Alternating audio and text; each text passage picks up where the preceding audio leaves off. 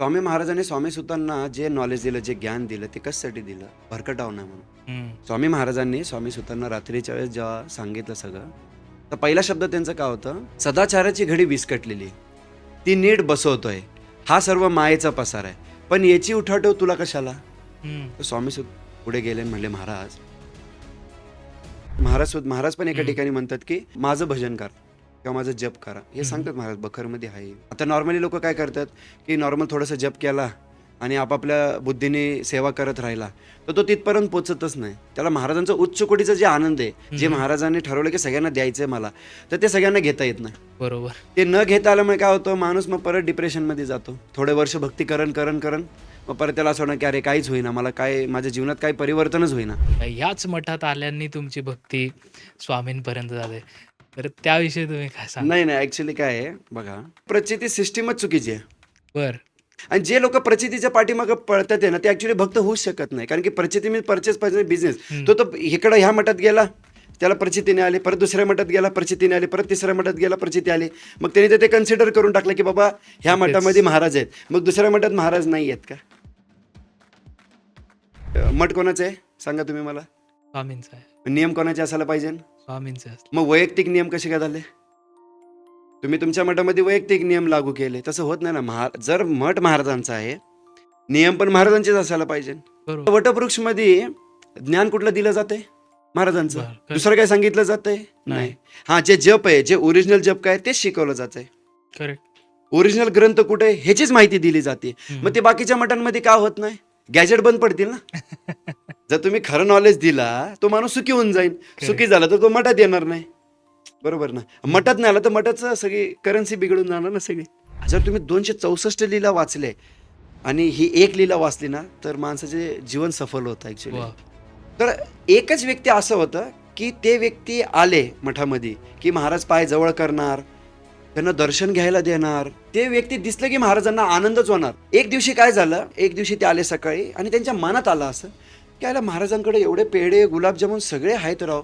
पण कधी अशी महाराज चरण तर देतात मला, पण कधी महाराजांची इच्छा नाही झाली का, की मला एखादा पेढा द्यावा. आणि त्या दिवशी ते आले. मग चरण करून उठल्यानंतर तो महाराज म्हणाला, की महाराज एक पेढा पाहिजे.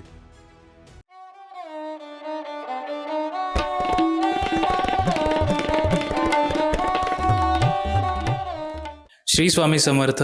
स्वामी समर्थांच्या प्रकट दिनाच्या तुम्हाला खूप खूप शुभेच्छा.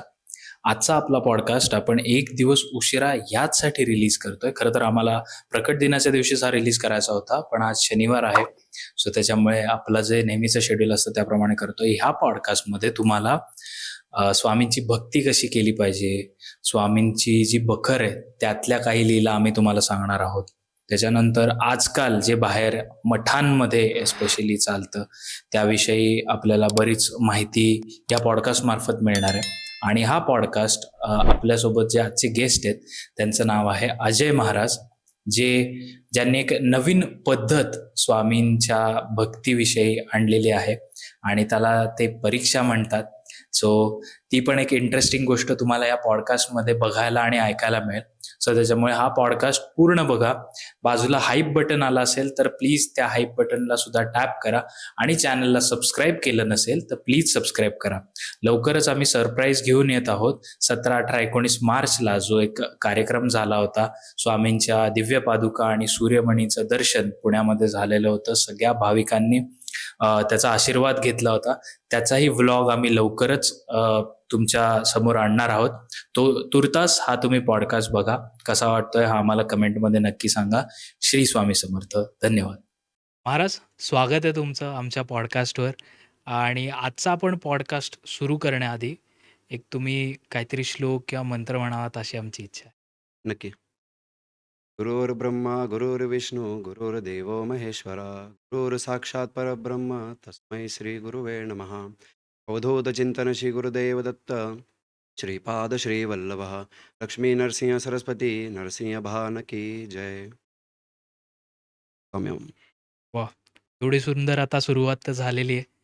आमचे प्रेक्षक आज तुम्हाला पहिल्यांदा पाहत आहेत पॉडकास्टमध्ये, तर थोडीशी तुमची ओळख आम्हाला करून द्या. तर माझं नाव आहे S.V. दास.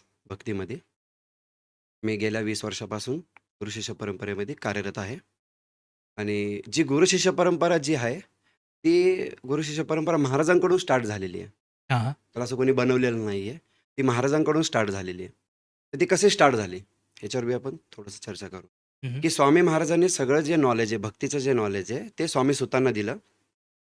स्वामी सुतांनी गोपाळबा केळकरांना दिलं. हं. त्या गुरु शिष्य परंपरेद्वारे आपण कार्यरत करतोय. बरं. आणि आता ह्याचं कार्य कुठं चालू आहे? हं, हा एक हं. प्रश्न पडू शकतो. तर ह्याचं कार्य चालू आहे आता अक्कलकोटला बरं. वटवृक्ष देवस्थानामध्ये चालू आहे. जिथं ज्योतिबा सभामंडप आहे. हं, हं. त्या मंडपामध्ये आपण लोकांना शिकवतोय, की पेपर करणं. पेपर एक आपलं हे आहे, की त्या पेपरमध्ये आपण बेसिक माहिती त्यांना देतो. बरं. की आपण भक्ती कशी केली पाहिजे, कशी नाही केली पाहिजे, कुठं-कुठं चुकतंय आपलं. हं, हं, हं. त्या सगळ्या गोष्टी आपण त्यांना तिथं शिकवतोय. हं, हं, हं. अशी थोडी तुमची ओळख. तर मग सुरुवात यानेच करावीशी वाटेल, की कशी करायची स्वामींची भक्ती? कशाप्रकारे त्याचे काही नियम असतात का? नियम तर आहे ना, कारण की मनमानी कधी भक्ती होऊ शकत नाही. हं, हं. पहिला हा पॉइंट आहे. मनमानी मनुष्य कधीच भक्ती करू शकत. नियम कुठलं पण असू द्या, बिझनेस असो, जॉब असो, आपण नियम पालन करतो. हो. तर भक्तीमध्ये बी निश्चित नियम आहे. ते बरं. नियम कसे आहेत? हा पण एक पॉइंट आहे, की बाबा पहिला पण जो बी व्यक्ती ज्यांना भक्ती करायची आहे महाराजांची, ज्यांना हं. वाटतं की बाबा मला भक्ती करायची आहे किंवा मी सेवा करतोय. तर ॲक्चुअली सेवा आणि भक्ती हे शिकायलाच आपल्याला जवळ-जवळ वर्षभर तरी जातं. हां. की ॲक्चुअली सेवा कशाला म्हणली जाते आणि भक्ती कशाला म्हणली जाते. आपण त्याला ठरवू शकत नाही. तुम्ही आम्ही नाही ठरवू शकत. हं, हं. ठरवणारे महाराज आहेत. ॲक्चुअली वाह! आपण कसं केलं पाहिजे. ॲक्चुअल काय हे महाराज ठरवणार. आपण नाही ठरवू शकत. हं, हं. तर त्यासाठी आता हे नियम कसं कळणार? तर नॉलेज तर पाहिजे आणि नॉलेज कोणीतरी दिलं पाहिजे. बरोबर. तर नॉलेज दिलं तर कळणार आहे, की बाबा आपल्याला हे नियम पालन करायचे आहेत आणि ह्या गोष्टी करायच्या आहेत. जसं की आता समजा एखाद्याला असं वाटतं मला जप करायचा आहे. हं. तर जप करायचं आहे तुम्ही कुठलं जप करणार? हां. हा पहिला पॉइंट आहे. बरोबर. सगळ्यात फर्स्ट पॉइंट काय आहे तो भक्तीमध्ये जप करणं. कोणी असू द्या, भले बाकीचे नियम हळू-हळू करून ते बदलतील, पण पहिला पॉइंट काय आहे? जप करणं. हं. आता जपमध्ये पण थोडी कन्फ्युजन आहे, ओके. की आता काही लोकं जप करतात श्री स्वामी समर्थ, बरोबर. काही लोकं जप करतात श्री स्वामी समर्थ, जय जय स्वामी समर्थ. पण आता जे लोकं श्री स्वामी समर्थ जप करतात, हं. थोडे कुठे ना कुठे कन्फ्युजन आहे त्यांच्यामध्ये बी. हं, हं. आणि जे लोकं श्री स्वामी समर्थ, जय जय स्वामी समर्थ जप करतात, त्यांच्यामध्ये बी थोडं कन्फ्युजन आहे. हां. का? कारण की काही लोकं ह्या पद्धतीने जप करतात, काही लोकं त्या पद्धतीने जप करतात. बरोबर. मग त्यावेळेस सगळे हे दोन्ही पार्टमधले लोकं कन्फ्युजनमध्ये राहतात, की अरे हा जप बरोबर आहे का तो जप बरोबर आहे? हं. जर आपण थोडंसं विचार केलं तर जप कुठला बरोबर आहे? श्री स्वामी समर्थ, जय जय स्वामी समर्थ. अच्छा. हे मी माझं बी सांगत नाहीये. हं, हं. 150 वर्षापूर्वी स्वामी सुतांनी ह्याच्यावर एक अभंग पण लिहिलेला आहे. हां. श्री स्वामी समर्थ, जय जय स्वामी समर्थ, भजन यथार्थ करा तुम्ही. हां. हा अभंग लिहिलेला आहे, क्लिअर केलेला आहे. तर तिथे त्यांनी सांगितलेलं आहे पंचदक्ष अक्षरी बर्वे. जे 15 अक्षर आहे, हं. पंचदक्ष अक्षरी बर्वे. तर त्यामुळे आपण पहिला पॉइंट काय प्रत्येक स्वामी भक्तांना एकच विनंती आहे, की पहिले त्यांनी जप स्टार्ट केला पाहिजे प्रॉपर. बरं. आता जपमध्ये पण काय होतं, की बरेचसे लोकं मनामध्ये जप करतात. हं. म्हणजे बोलत नाही ते. बरोबर. मनामध्ये जप करतात. ॲक्चुअली ते पण चुकीचं आहे. हं, जप हं. करायचं असेल तुम्हाला आता, तर कमीत कमी आपण बोललेलं आपल्या कानापर्यंत ऐकून गेलं पाहिजे. हां. श्री स्वामी समर्थ, जय जय स्वामी समर्थ, श्री स्वामी समर्थ, जय जय स्वामी समर्थ. हे जप का केलं पाहिजे? हं. हा एक प्रश्न पडतो, की जप का केलं पाहिजे? हं. तर जप का केलं पाहिजे? की जोपर्यंत आपण महाराजांचं ग्लोरिफाय करत नाही, जोपर्यंत महाराजांची स्तुती करत नाही, श्री स्वामी समर्थ, जय जय स्वामी समर्थ, हं. तर तो शिवाय आपल्या जीवनामध्ये जय जयकार होणारच नाही. पहिले तर वाह! आपल्याला जय जयकार महाराजांची करायची, त्याचा आपल्या जीवनामध्ये जय जयकार होतो. हं, हं, हं. तर त्यामुळे आपण जेवढं महाराजांच्या नावाने जय जयकार करतो, तेवढं आपल्या जीवनामध्ये परिवर्तन व्हायला सुरुवात होते. म्हणजे आपण अच्छा. बघा, की महाराज पवित्र आहेत, हं. बरोबर. तर पवित्र गोष्टीला समजण्यासाठी आपल्याला पवित्र होणं पहिले गरजेचं आहे. मग ते हां. पवित्र कसं होणार आहे? जपद्वारे होणार आहे. त्यामुळे सगळीकडे आपण बघतो नॉर्मली हं. बरेचसे संप्रदाय आहेत, पंथ आहेत, वेगवेगळे ठिकाण आहेत.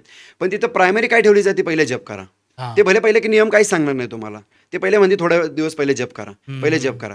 का? कारण की जप केल्यानंतर माणसाला हळू रिअलायझेशन होत जातं, हळू कळत जातं, की आपलं वास्तविक जीवनामध्ये भक्तीचा उद्देश काय आहे? हां, ते हां. उद्देश कसं कळणार आहे आपल्याला? जपच्या माध्यमातून कळणार. वाह! कारण की जप काय आहे? मेडिटेशन आहे. हं. पॉवरफुल मेडिटेशन काय? कारण की जप करणं म्हणजे त्याला कुठेतरी बसणं आहे, त्याला वेळ देणं आहे. करेक्ट. बघा, आपण सगळ्यांची इच्छा आहे की महाराजांनी आपल्याला वेळ द्यावा, आपले हे कामं झाले पाहिजे. बरोबर ना? तर महाराजांची बी इच्छा आहे की मला बी वेळ द्या. हं. बरोबर आहे. तर ते वेळ कसा आपण देऊ शकतो? जपाचं. जपद्वारे. कारण की जपमध्ये आपण कुठं ना कुठं बसतो थोडा वेळ. करेक्ट. अर्धा तास, 1 तास कुठं ना कुठं आपण बसतो आणि थोडं माळ घेतो किंवा काउंटर असेल तर काउंटर हं. घेतो किंवा हाताने करतो. त्या स्पेसिफिकली बसतो आपण कुठेतरी, वेळ बरोबर. देतो. आता ह्याच्यामध्ये काही लोकांची शंका आहे, की बाबा मग आम्ही गाडीवर जाताना करतोय, हां, आम्ही बरेचसे लेडीज म्हणतात की बाबा आम्ही स्वयंपाक करताना करतोय. ते सगळं ठीक आहे. पण पर्सनली आपलं वेळ देणं काम आहे. जसं की आपण प्रत्येक गोष्टीला वेळ देतोय. करेक्ट. बिझनेसला वेळ देतोय, जॉबला वेळ देतोय, घरातले जर लेडीज असतील तर ते स्वयंपाक बनवतील, बाकी घरातले सगळे कामं करतील. जसं आपण सगळ्यांना वेळ देतोय, हं, तर आपलं काम काय आहे महाराजांना पण वेळ देणं. वाह! मग तुम्ही 10 मिनिटं वेळ द्या, अर्धा तास वेळ द्या, 1 तास वेळ द्या. महाराजांना वेळ देणं म्हणजे काय आहे, की आपण आपल्या जीवनाचं सार्थक करून घेतोय. हं, कारण की महाराजच सुटणार नाहीत. बाकी सगळ्या गोष्टी एक-एक पिरियडने सुटत जाणार आहे. अगदी महाराज बरोबर. सुटणार नाहीयेत. कुठल्या बी वयामध्ये. समजा आपण आजपासून जॉब स्टार्ट केला. महाराजांना वेळ द्यायला लागलोय. तर हं, एक पिरियडमध्ये जॉब पण माझं बंद होईल. मी बिझनेस करतोय तर बिझनेस बी बंद होणार. मी मॅरिड लाईफमध्ये हं. गृहस्थमध्ये आहे किंवा मी अ, अ, काय म्हणतात त्याला, की जसं की आपण अ, गृहस्थ प्रपंचाला. प्रपंचामध्ये आहे. तर प्रपंचाचा व्यक्ती पण विचार करू शकतो, की बाबा आपण वेळ देतोय तो सगळ्यांना. मग हं, महाराजांना आपण का वेळ देत नाही? हां, महाराजांना वेळ देणं की तेच सुटणार नाही, बाकीच्या सगळ्या गोष्टी सुटत जाणार आहे. एक-एक ठराविक पिरियडमध्ये सगळे सुटत जाणार आहे. करेक्ट. तर त्यामुळे जप करणं म्हणजे काय, पहिले प्रायमरी सगळे साधू संत किंवा आपले जेवढे बी महाराज पण एका हं, ठिकाणी म्हणतात, की माझं भजन करा किंवा माझं जप करा. हे हं, सांगतात महाराज बखरमध्ये आहे. तर आपण का जप केला नाही पाहिजे? हे एकदम प्रायमरी आहे. ओके. कुठल्या बी प्रत्येक स्वामी भक्तांना हात जोडून विनंती आहे, पहिले त्यांनी जप स्टार्ट करा. बरं. बाकी ग्रंथ वगैरे आपण हळूहळू चर्चा करू, हळूहळू त्याविषयी पण समजून घेऊ. तर प्रायमरी काय आहे? तर जप जप करणं. करणं. हं. बरेच आजकाल आपण सोशल मीडियावर बघतो, हं, लोकं म्हणतात, की स्वामी आमच्याशी बोलतात, स्वामी आमच्या मार्फत उत्तरं देतात. हं, हं. तर खरं म्हणजे आता तुम्ही बखरविषयी एवढं सांगता, तर खरं ह्या गोष्टी आहेत का? नाही ॲक्चुअली काय माहिती आहे का? ज्याच्या संग महाराजांशी बोलणं होतंय, तर तो जगाला सांगायची त्याला गरजच नाही. वाह! पहिला पॉइंट. तो तर भक्तिमार्ग स्वीकारेल ना. जर समजा भक्तिमार्ग महाराजांनी स्टार्ट केलेला आहे. स्टार्टच जर महाराजांनी भक्तिमार्ग केलेला आहे, हं, तर महाराज त्याला सांगतील ना, की हं, "बाबा तू पहिले भक्तिमार्ग, पहिले तू जप कर, हं. नॉलेज वगैरे एक एक भक्त बन तू पहिले." करेक्ट. भक्त बनणं पहिले गरजेचं आहे, बरोबर ना? तर आता हे का बोलतात, कसं बोलतात, ह्याला प्रमाण आहे का नाहीये, त्याला अनुभव येतात का नाहीये? इथं आपण आज बसलोय तर अनुभवावर बोलत नाही आणि प्रचितीवर बी बोलत नाहीये. हं, जे महाराजांनी भक्ती मार्ग सांगितलेला आपण त्या विषयावर चर्चा करतोय. करेक्ट. तर पहिले पण काय होतं, की आता बरेचसे लोकं म्हणतात, की नाही का, की महाराज आमच्या संग बोलतात. हे हं, हे जे बी असेल, आता याच्यात किती खरं आहे, किती खोटं आहे, त्यांना माहिती आहे आणि महाराजांनाच माहिती आहे. कारण की जर महाराजांना बोलायचंच झालं ही गोष्ट, हं, हं. तर स्वामी सुतांना बी बोलले असते. हां. गोपाळ केळकरांना बी बोलले असते. हं, बाळाप्पा महाराजांना बी बोलले असते. चोळाप्पा महाराजांना बी बोलले असते. पण तिथे ह्या गोष्टी न बोलता भक्ती मार्ग. भक्ती मार्गामध्ये काय आहे, मनुष्य बुद्धिमान होतो. बरं. पहिली गोष्ट. ठीक आहे. तर बुद्धिमान झाल्यानंतर व्यक्ती भक्ती मार्ग स्वीकारतो. भक्ती मार्ग म्हणजे काय आहे? भक्ती मार्ग कोण स्वीकारू शकतो? जो व्यक्ती स्वतः प्रामाणिक आहे, लॉयल आहे. हां. भक्ती मार्ग. हं, आता हे भक्ती मार्गामध्ये काय करू शकतो माणूस? हा पण एक पॉइंट आहे. भक्ती मार्ग म्हणजे काय आहे, की महाराजांनी सांगितलेला तो नियम पालन करतोय. ओके. हा पहिला पॉइंट. भक्त कोण आहे? महाराजांनी सांगितलेल्या नियमांचं काटेकोरपणे पालन करतोय हा भक्त आहे. हं, आता याच्यामध्ये अजून एक प्रश्न येतो, की बाबा सेवा. सेवा कोण करतं बाबा? हां, हां. तर महाराजांनी दाखवलेल्या मार्गाने तो आचरण करतोय. बरं. सगळ्या गोष्टी. म्हणजे हं, कसं, की महाराजांची आता त्याला सेवा करायची आहे. तर तो सेवा काय करणार? हा पहिला पॉइंट, की लोकांना हे बघा साधना, सेवा आणि भक्ती हे 3 गोष्टी लय महत्त्वाच्या आहेत. ओके. साधनामध्ये तुमचे काय येणार? हं, हं. जप, बखर वाचताय तुम्ही, ग्रंथ पठण करताय, ग्रंथ समजून घेताय, हे तुमचे साधना झाले. हं, हं, हं. सेवा काय झाली, की बाबा समजा आता मी मंदिरामध्ये आहे किंवा मठामध्ये आहे. हं. तर मी तिथं जातोय, झाडू काढतोय किंवा जे बी काय असेल सेवा पडली, जे प्रॅक्टिकल वर्क आहे, त्याला आपण म्हणतो सेवा. हां. भक्ती मार्ग काय आहे, की तो नॉलेज बी घेतोय. भक्त म्हणजे हं. काय आहे, त्याची साधना बी परफेक्ट आहे, तो सेवा बी परफेक्ट करतोय आणि नॉलेज बी घेतोय. बरं. कारण की अक्कलकोट आपण ज्ञानाच्या देवाची भक्ती करतोय. वाह! बरोबर ना? तिथे ज्ञान तर पाहिजे ना. करेक्ट. बरोबर ना? तर ज्या वेळेस आपण ज्ञान घेतोय महाराजांचं, तर त्याच्यामध्ये काय आहे, पहिला पॉईंट येतो तुमचं बखर. हं. बरोबर ना? आता बऱ्याचशांना प्रश्न पडतो, की मूळ ग्रंथ कुठला वाचला पाहिजे? हा सगळ्यात मोठा प्रश्न आहे. बरोबर. सगळ्यांना पडलेला हा प्रश्न, की बरेचसे लोकं म्हणतात, आम्ही हे वाचू का हे वाचू? मग कुठलं वाचू? ॲक्चुअल काय आहे? ॲक्चुअल भक्ती मार्गाचा एसेन्स करेक्ट. काय किंवा महाराजांनी काय मार्गदर्शन केलेलं? तिथे एकच गोष्ट आहे, गोपाळबुवा केळकर लिखित जे बखर आहे, जे अनमोल प्रकाशनने प्रकाशन केलेलं आहे, 1975 साली हनुमान जयंतीच्या दिवशी. बरं. हे लोकांच्या वाचण्यामध्ये आलं. मग आल्यानंतर बी बाकीचे पुस्तकं तर आलेच ना शेवटी. करेक्ट. बाकीचे पुस्तकं बी आले. बरोबर. मग बखर बऱ्याचशा लोकांना कळत नाही. तर बरेचसे लोक सांगतात की नाही ते वाचायला घेतलं की डोकं दुखतंय आमचं, नाही का, वाचूशीच वाटत नाही, ह्या सगळ्या गोष्टी होतं. हे होण्याचं कारण काय? जप परफेक्ट नाही आपलं. बघा, ज्यावेळेस तुमचं जप परफेक्ट आहे ना, तर ग्रंथाचं पण गोष्टी तुम्हाला कळून जातं आपल्याला. हं, बरोबर. हां, आता सगळ्या ज्या गोष्टी आहेत महाराजांच्या, ते कुठनं कळू शकतं? चेंबर डिक्शनरी तर एकच आहे. ओके. जे गोपाळबुवा केळकर लिखित जे ग्रंथ आहे, जे ओके. अनमोल प्रकाशनने प्रकाशन केलेलं आहे 1975 साली. त्याच्यामध्ये 264 लीला आहेत. हं. त्या लिल्यांमध्ये आपल्याला सगळ्या गोष्टीची माहिती कळू शकते. सगळ्या बरं. गोष्टीची, की महाराजांनी भक्तिमार्ग कसे सांगितले. हं, हं, हं. बरोबर ना. आपण एका टायमाला तर नाही सांगू शकत सगळ्यांना. त्याच्यामुळे क्लास सिस्टम बनवलेलं आहे आपण, की ओके. लोकांना पटकन कळावं. आता ह्याच्यामध्ये कसं आहे, जे अक्कलकोटला आता बरेचसे काही आपले भक्त आहेत जे बघत असतील, तर ज्यांनी पेपर दिलेले आहे अक्कलकोटला, त्यांना लय लवकर कळून जाईल. अच्छा, 10 पेपर प्रश्न दिलाय. दिलेले आहेत हां, म्हणजे काय बरेचसे. असतं? त्या पेपरमध्ये काय आहे, 10 प्रश्न आहेत महाराजांविषयी, बरं.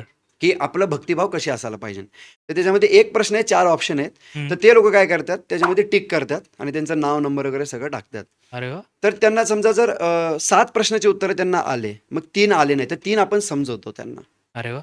हे 10 प्रश्न काय आहेत माहिती आहे का, की हे महाराजांच्या जवळ जाण्यासाठी 10 प्रश्न आहेत, हं, की आपण पहिले तर आपण साधना सुधारवली पाहिजे. भक्तीमध्ये पहिला पॉईंट काय, तर तुमची साधना. हं. जर तुमची साधना परफेक्ट आहे, तर तुम्ही सेवा परफेक्ट करू शकता आणि सेवा बरोबर. परफेक्ट करू शकता, तुम्ही भक्त चांगले बनू शकता. हं. तर त्याच्यामध्ये जे लोक आता नवीन लोक जे येतात, जे लोक नवीन आहेत, हां, हां. तर त्यांना तर माहिती नाही. काही कन्फ्युजन बी भरपूर आहे ना, कारण की आज बरोबर. एवढं सोशल मीडियामध्ये वाढलेलं आहे सगळं. प्रत्येकजण वेगवेगळं सांगतं. ऐकायचं कोणाचं? खरं. हा सगळ्यात मोठा पॉईंट आहे. तर त्याच्यामध्ये आपण ज्यावेळेस आता हे ज्ञानंजनची सेवा कुठं चालू आहे? वटवृक्ष ज्योतिबा सभा मंडळामध्ये हे कार्य चालू आहे. हं, जिथे सगळं पेपर दाखवले जातात. हं. शिकवलं जातं त्यांना, की बाबा तुम्ही जप करताय, तर जप तुम्हाला ह्या प्रकारे करायचा आहे. बरं. जर तुम्हाला ग्रंथ वाचायचे, तर ग्रंथ ह्या प्रकारे वाचायचा आहे. हं, आणि त्यात सिक्वेन्स आहेत त्याचे. हं, समजा हं, पहिले काय वाचायला पाहिजे?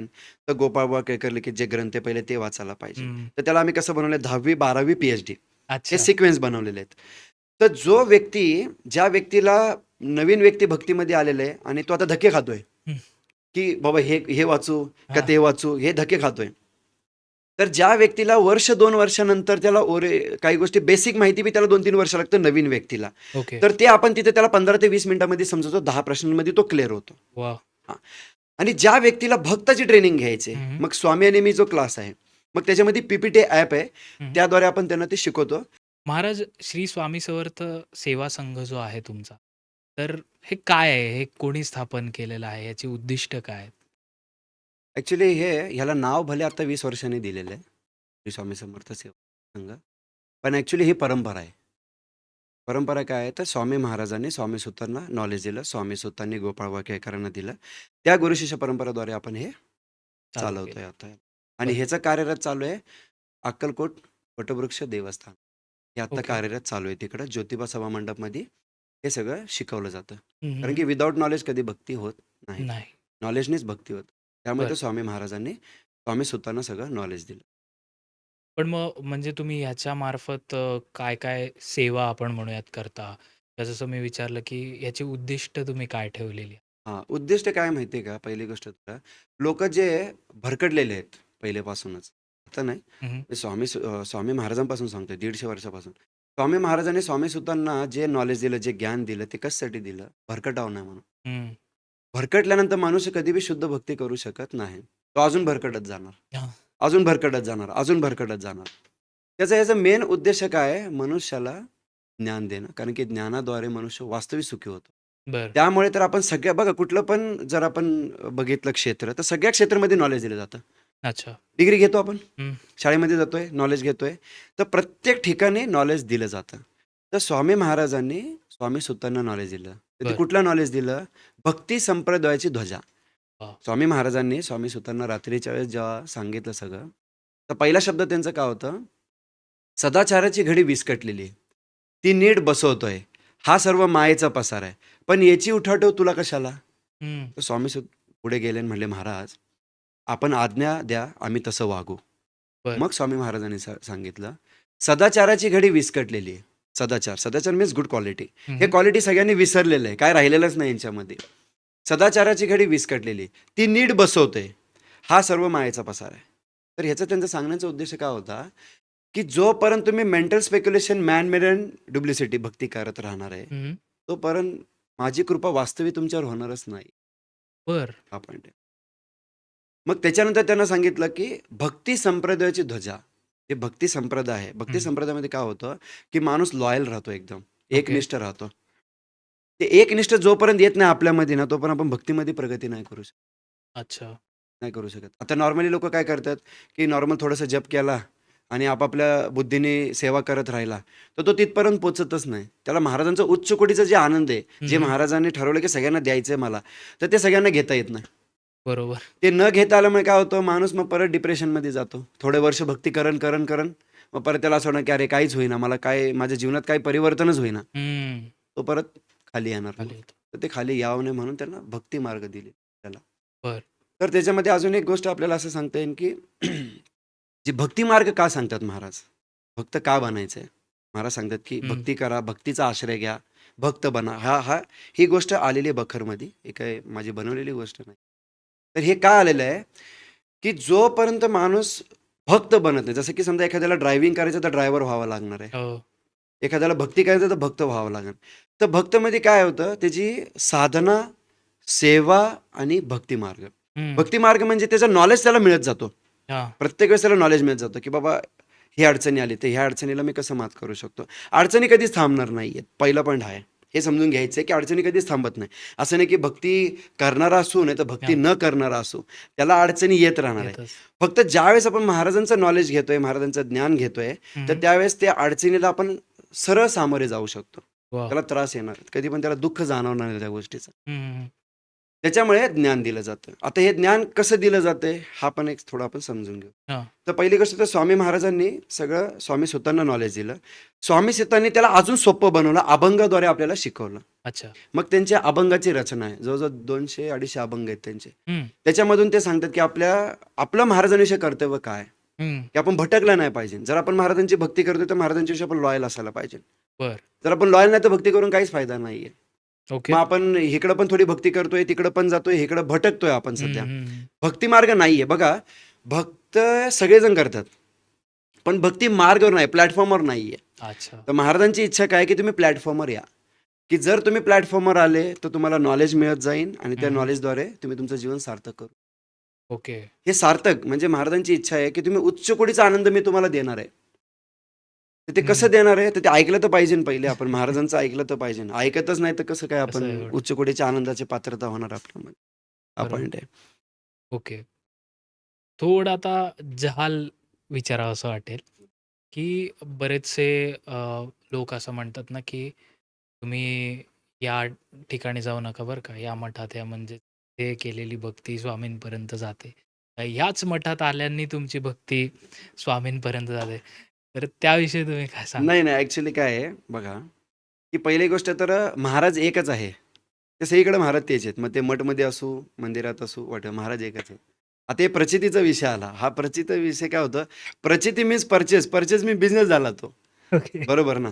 तर पहिली गोष्ट तर मठामध्ये आपण प्रत्येकाला काय करतोय, की आमचा मठ, आपला मठ. नाही का, की बाबा आमच्या मठामध्ये ही प्रचिती येते. बाकीच्या मठामध्ये येते का नाही ते त्यांना बी माहिती नसतं. पण ॲक्चुअली प्रचिती सिस्टमच चुकीची आहे. बरं.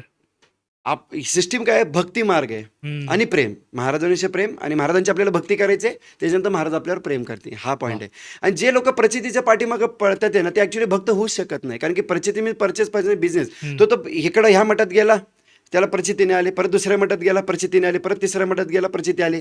मग त्याने तर ते कन्सिडर करून टाकलं, की बाबा ह्या तेच. मठामध्ये महाराज आहेत. मग दुसऱ्या मठात महाराज नाही आहेत का?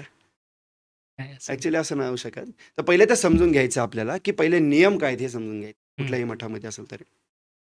तर आपण जोपर्यंत नियम समजून नाही घेत, तोपर्यंत आपण भक्ती करू शकत नाही. हं. महाराज तर प्रचिती देणार आहे तुम्हाला. वाह! महाराज भले तुम्ही जप करू नका, कारण की ते अध्यात्म संबंध गेल्या जन्मीचे आहेत. हं. त्यामुळे महाराज तर तुम्हाला ह्या जन्मी थोडंफार का होईना प्रचिती देणारच आहे तुम्हाला. नाही असं नाहीये. हं, हं. पण आपल्याला असं कन्सिडर नाही करायचं, की आता प्रचिती मिळतच जाणार आहे. नाही, आपल्याला त्याच्यानंतर बी आपले काही जिम्मेदारी आहेत महाराजांच्या प्रती. हं. ते जिम्मेदारी काय हे पहिले समजून घ्यायचं आपल्याला. ओके. ते समजण्यासाठी ज्ञान पाहिजे, की माझं वास्तविक कर्तव्य काय आहे महाराजांविषयी. हां. मी काय केलं पाहिजे महाराजांविषयी. हे कळणं खूप गरजेचं आहे. हे जर ओके. कळलं नाही तर आपण भटकत राहणार, की फक्त प्रचिती हां, चला मग बघा प्रॉब्लेम एक आला, तो सॉल्व्ह झाला, परत दुसरा प्रॉब्लेम येणार आहे. मग तेव्हा काय करणार? परत तुम्ही तेच करत राहणार. दुसऱ्या मठात. नाही ना, असं नाही होत कधी पण. तर पहिली हां. गोष्ट भक्ती मार्गामध्ये किती बी प्रॉब्लेम आले, एकदा ज्यावेळेस आपण भक्ती मार्ग स्वीकारतोय, तर प्रॉब्लेम किती बी होता, सोल्युशन एकच राहणार आहे. सोल्युशन बदलणार नाहीये तिकडं महाराज. बर जे आपण साधना करतोय हम्म, ते कधी बदलत नाही. आता जसं की समजा आज प्रॉब्लेम आला, आज आपण ही साधना केली, उद्या दुसरा प्रॉब्लेम आला, मग दुसरी साधना केली, परवा दिवशी तिसरा प्रॉब्लेम आला. तर साधना कधी बदलत नाही, साधना कॉन्स्टंट राहणार. की जसं तुम्हाला जप करायचं जप करायचंच आहे, हम्म, हम्म, तुम्हाला बखर वाचायचे तर बखर वाचायचे, हम्म. महाराजांच्या मंदिरामध्ये जाऊन तुम्हाला दर्शन घ्यायचं, हे हे चालूच राहणार, हे कधी बदलत बदलत नाही. तुम्ही त्यासोबत एक गॅजेट सांगता तर ते आम्हाला सांगा. गॅजेट. ऍक्च्युली गॅजेट काय आहे माहितीये का, की जेवढं आपण मनमानी करतोय ते गॅजेट आहे. हा बरोबर ना. की प्रत्येक मठांमध्ये जे आपण बघतो की बाबा त्याने त्याने मठ कोणाचं आहे सांगा तुम्ही मला, स्वामींचं आहे. नियम कोणाचे असायला पाहिजे. स्वामींचं असतं. मग वैयक्तिक नियम कसे काय झाले. तुम्ही तुमच्या मठामध्ये वैयक्तिक नियम लागू केले, तसं होत नाही ना. जर मठ महाराजांचा आहे, नियम पण महाराजांचेच असायला पाहिजे. बरोबर. मग आपण वैयक्तिक मत कसं काय लादू शकतो. बघा मतांनी कधी भक्ती होत नाही. आपण त्या मतांवर चर्चा करत नाहीये. आपण हम्म. आपण महाराजांच्या शुद्ध भक्तीवर चर्चा करतोय, खरं. मतांवर नाहीये. उद्या तुमचं मत वेगळं असू शकतं, माझं हम्म. पण मत वेगळं असू शकतं. मतांनी कधी भक्ती होत नाही. नाही. भक्ती होती, भक्तीच्याच माध्यमातून भक्ती होती, की जे महाराजांनी सांगितलेलं आहे.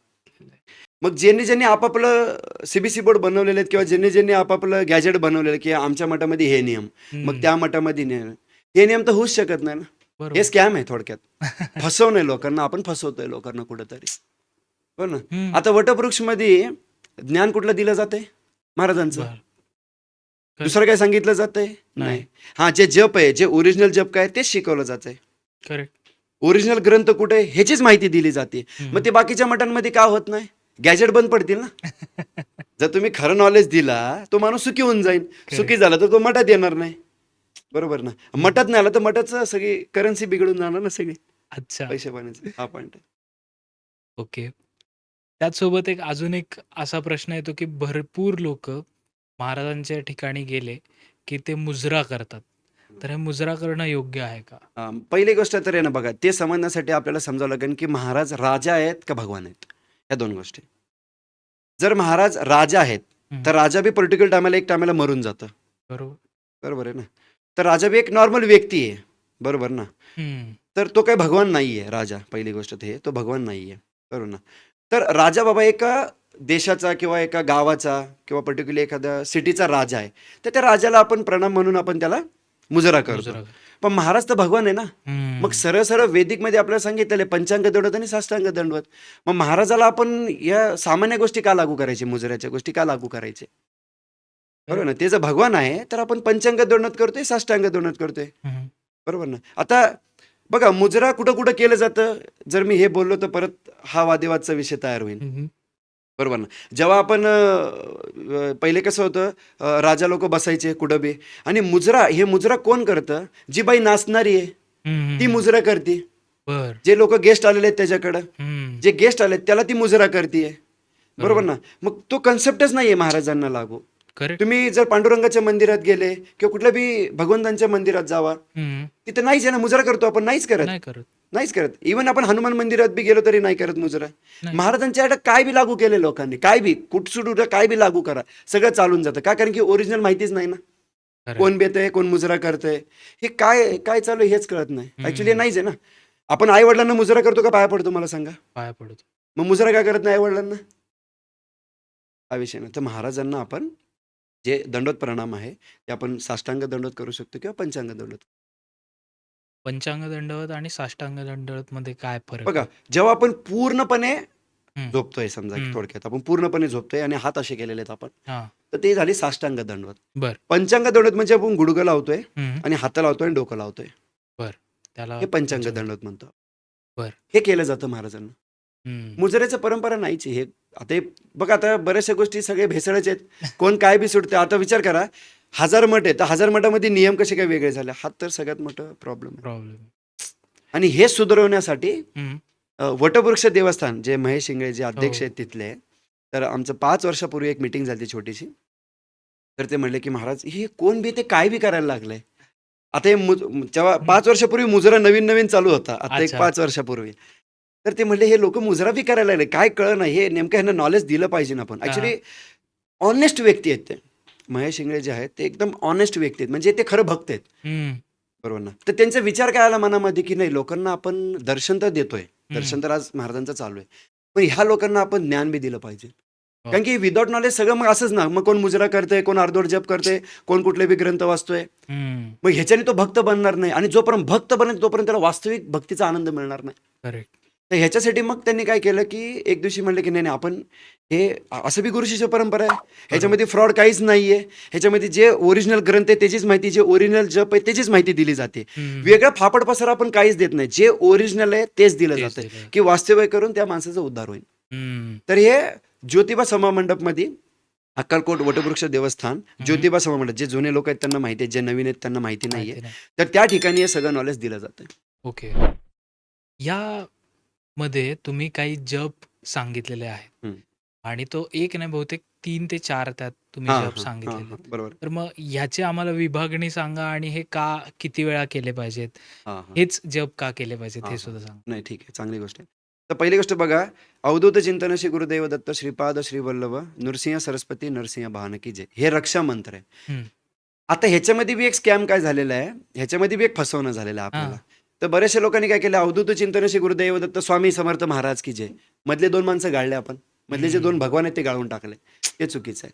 आपण जे जप करतोय ते परंपराद्वारे करतोय, अवधूत चिंतन श्री गुरुदेव दत्त श्रीपाद श्री वल्लभ नरसिंह सरस्वती नरसिंह भानकी जय. ह्याला म्हणलं जातं रक्षा मंत्र, डिफेन्स.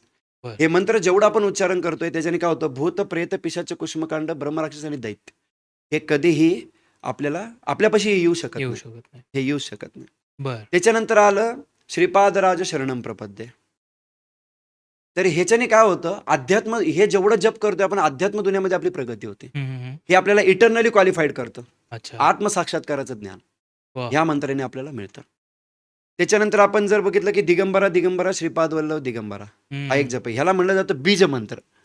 ज्यांना जे बी व्यक्ती दत्त संप्रदायामध्ये आहेत किंवा आपण दत्त संप्रदायामध्येच भक्ती करतोय महाराजांची, तर जे बी व्यक्ती हा जप करतोय दिगंबरा दिगंबरा श्रीपाद वल्लभ दिगंबरा, त्याला कुठलाही जप करायची गरज नाहीये. नाहीये. ह्याच्यामध्ये सगळं आलेलं आहे. वा. त्यामुळे त्याला आपण म्हणलं जातं बीज मंत्र, बर. जे गुरु शिष्य परंपरेमध्ये जे शिकवलेलं आहे ह्याला बीज मंत्र म्हणलं जातं. पण आता कसं होतं की काही लोक श्रीपाद शिवल्लभ लक्ष्मी नरसिंह सरस्वती आणि स्वामी महाराज, बरोबर ना, भगवान भगवान दत्तात्रय, तर ह्याच्यामध्ये काय होतं की बरेचसे लोक महाराजांची भक्ती करणारे जास्ती आहेत. तुम्ही हा. जर बघितलं, आकडेवारी जर बघितलं, बरोबर. तर महाराजांची भक्ती करणारे तुम्हाला भरपूर सापडतील. पण लक्ष्मी नरसिंह सरस्वती, श्रीपाद शिवल्लभ आणि भगवान दत्तात्रय हे थोडे थोडे आहेत. हो. आहेत तर सगळे एकच आहे, पण प्रत्येक माणसाची बघण्याची दृष्टिकोन वेगवेगळे वेगळं आहे. आहे. बरोबर आहे ना.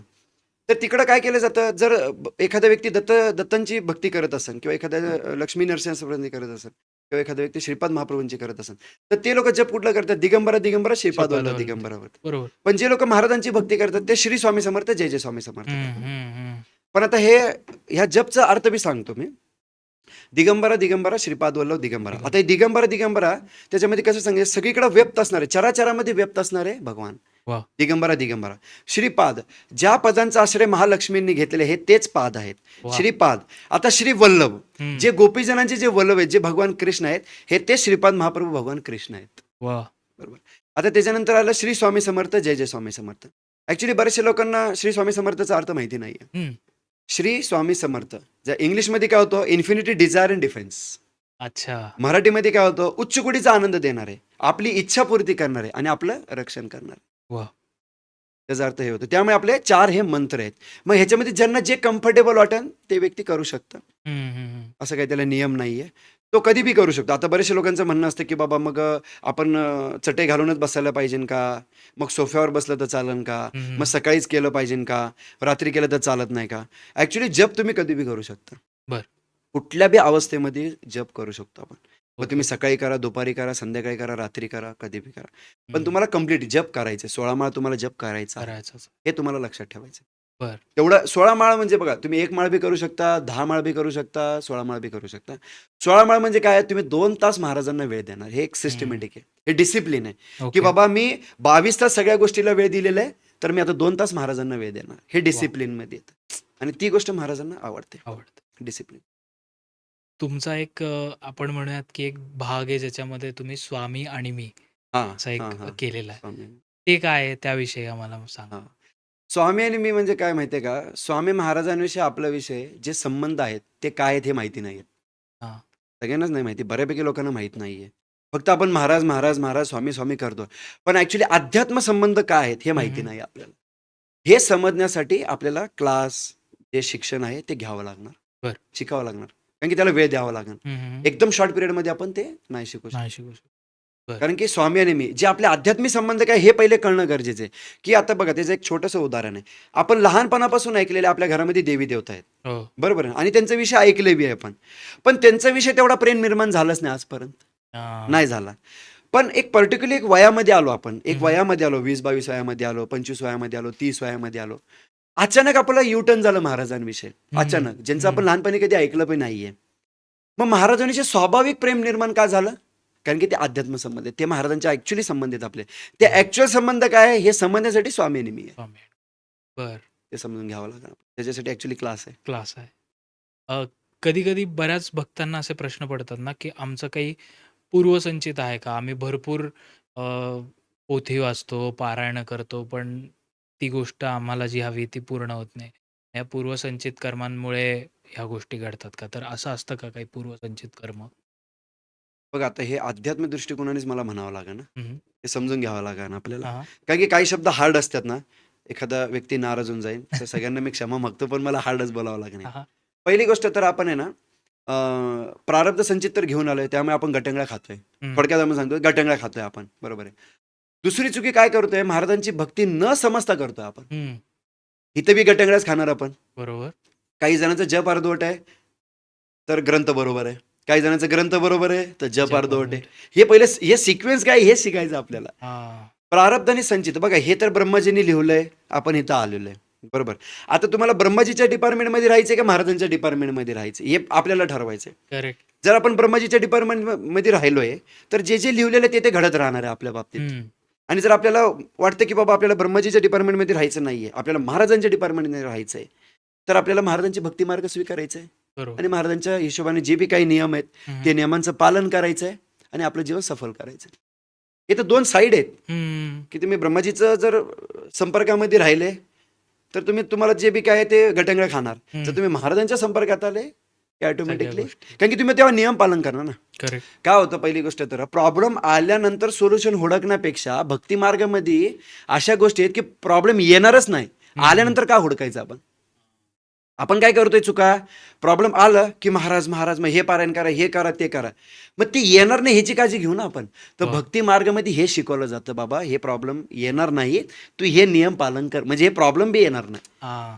जे काय थोडेफार आले तर ते तर सॉल्व्ह होतील, ते तर Correct. ऑटोमॅटिकली महाराजांच्या माध्यमातून ते कृपाच्या दृष्टीने होऊन जाईल, हम्म. पण येणार नाही ह्याची बी काळजी घेऊ ना. काळजी घ्यायची. आता बऱ्याचशा गोष्टी आपण चुका बी करतोय, हम्म. महाराजांच्या मंदिरामध्ये जाऊन, मठांमध्ये जाऊन, तर हम्म. त्या पण चुका नाही करायच्यात आपल्याला. ते ओके. चुका समजण्यासाठी, आपण जे काही चुका करतोय ते समजण्यासाठी तर क्लास करायचा आपल्याला, हा. हा. हा. शिकायचंय की बाबा महाराजांना काय आवडतं आणि हम्म. काय आवडत नाही, हे सिम्पल आहे, हे शिकायचं पहिले आपल्याला.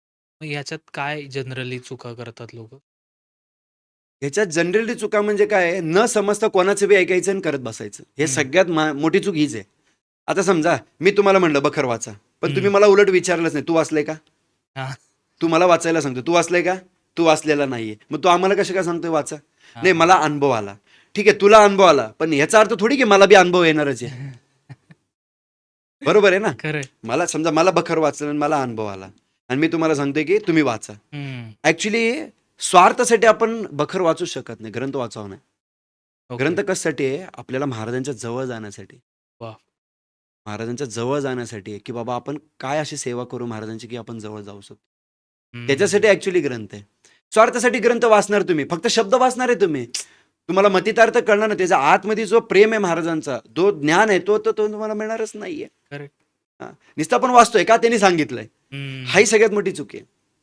आणि आपल्याला काय शिकवलं गेलं लहानपणापासून, बोले तैसा चाले त्याचे वंदावे पावले. मग आपल्याला बोलणारे भरपूर आहेत, पण बाबा तो म्हणतो नाही नाही तुम्ही काय करा, श्री स्वामी समर्थ, जय जय स्वामी समर्थ जप करा. हा. तू करतोय का बाबा, आणि तो करत नाहीये आणि तो आपल्याला सांगतोय, असं होऊ शकत नाही कधी. हम्म. जप सगळ्यांना करण्याचे, आणि आपण जेव्हा बोलतोय तर ते करणं बी आहे. अच्छा. आणि अशा व्यक्तीकडून आपल्याला ऐकायचं की जो ऍक्च्युली महाराजांचे नियम पालन करतोय, तो स्वतः लॉयल आहे महाराजांविषयी. हा. हा. बघा, तुम्ही लॉयल आहे महाराजांविषयी तरच तुम्ही मला चांगल्या प्रकारे शिकू शकता. करेक्ट. तुम्हीच लॉयल नाहीये, तुम्हीच अर्धवट आहे, तुम्हालाच माहिती नाहीये कुठल्या गोष्टी, आणि तुम्ही मला शिकवताय, पॉसिबलच नाही ना. Correct. उद्या जर मी तुम्हाला बखरमधली एखादी गोष्ट मला कळालेली नाही, मी तुम्हाला फोन केला, मला ही गोष्ट ही लिहिल्याच नाही कळालेली, तेव्हा तुम्ही मला उत्तर देऊच शकत नाही, कारण की तुम्हालाच माहिती नाही, कारण की हां. तुमची ते तुम्ही नॉर्मली वाचलेलं आहे, त्याला आत्मसात नाही केलेलं आहे. वाचणं आणि आत्मसात करणं लई गोष्ट वेगवेगळी. वेगळी आहे. आत्मसात करणं म्हणजे तुम्ही ते महाराजांना समोर ठेवून वाचताय. हं. का? कारण की मी जर हे वाचन केलं, ह्याच्यातून मला जर काही गोष्टी कळाल्या, तर मी महाराजांची चांगल्या प्रकारे सेवा करू शकतो. हं. नाहीतर नाही करू शकत. मग इच्छापूर्तीसाठी काय केलं हां. पाहिजे? इच्छा तर पहिली गोष्ट तर काय आहे, इच्छा सगळ्यांनाच लय मोठ्या-मोठ्या आहेत. बरोबर आहे. बघा, इच्छा कधी संपणार आहेत का पहिले हे बघू आपण. इच्छा तर कधीच संपत नाही. एक इच्छा संपली की दुसरी इच्छा, दुसरी इच्छा संपली की तिसरी. तिसरी. बरोबर ना. हे तर एक रूल आहे. हे जेव्हा आपण शरीर घेतो ना, ह्याचा रूलच आहे की तो इच्छा करत कामना तर करतच राहतो. हं, हं. त्याची आज ही कामना आहे, उद्या ती कामना आहे, ती कामना आहे. इच्छापूर्तीसाठी मनुष्य भक्ती करून काहीच फायदा होत नाही. ॲक्चुअली त्याला उच्च कोटीचा आनंद नाही मिळत. मग तो हं. छोट्या-छोट्या गोष्टींमध्ये अडकलेला आहे. म्हणजे महाराज सांगतात, की तुला मी हाईड अँड सीक देतोय आणि आपण जाऊन त्याला पार्लेजी मागतोय. हा बी एक हां. मूर्खपणा आहे ना. हो ना. हं. बघा, इच्छा काय आहे पहिले हे समजलं पाहिजे. इच्छा किती ही जी इच्छा आहे, ही इच्छा आपल्यासाठी चांगली आहे का वाईट आहे? हं. हे पहिले समजून घेतलं पाहिजे. आता बरेचसे लोकं 10-10 वर्ष भक्ती करतात आहे, पण एखादी गोष्ट त्यांना मिळतच नाहीये.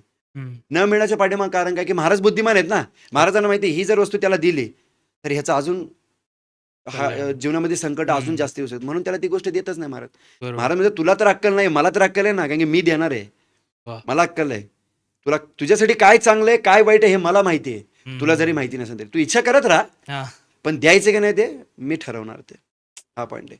तर इच्छासाठी भक्ती करून काहीच फायदा नाही. उच्च कोटीचा आनंद नाही मिळत. महाराजांचा वास्तविक जो उच्च कोटीचा आनंद, जे महाराजांना इन्फिनिटी मॅटर ज्याला आपण हं, म्हणतो, उच्च हं, कोटीचा आनंद जे महाराजांना द्यायचे ना, ते राहिलंय मग.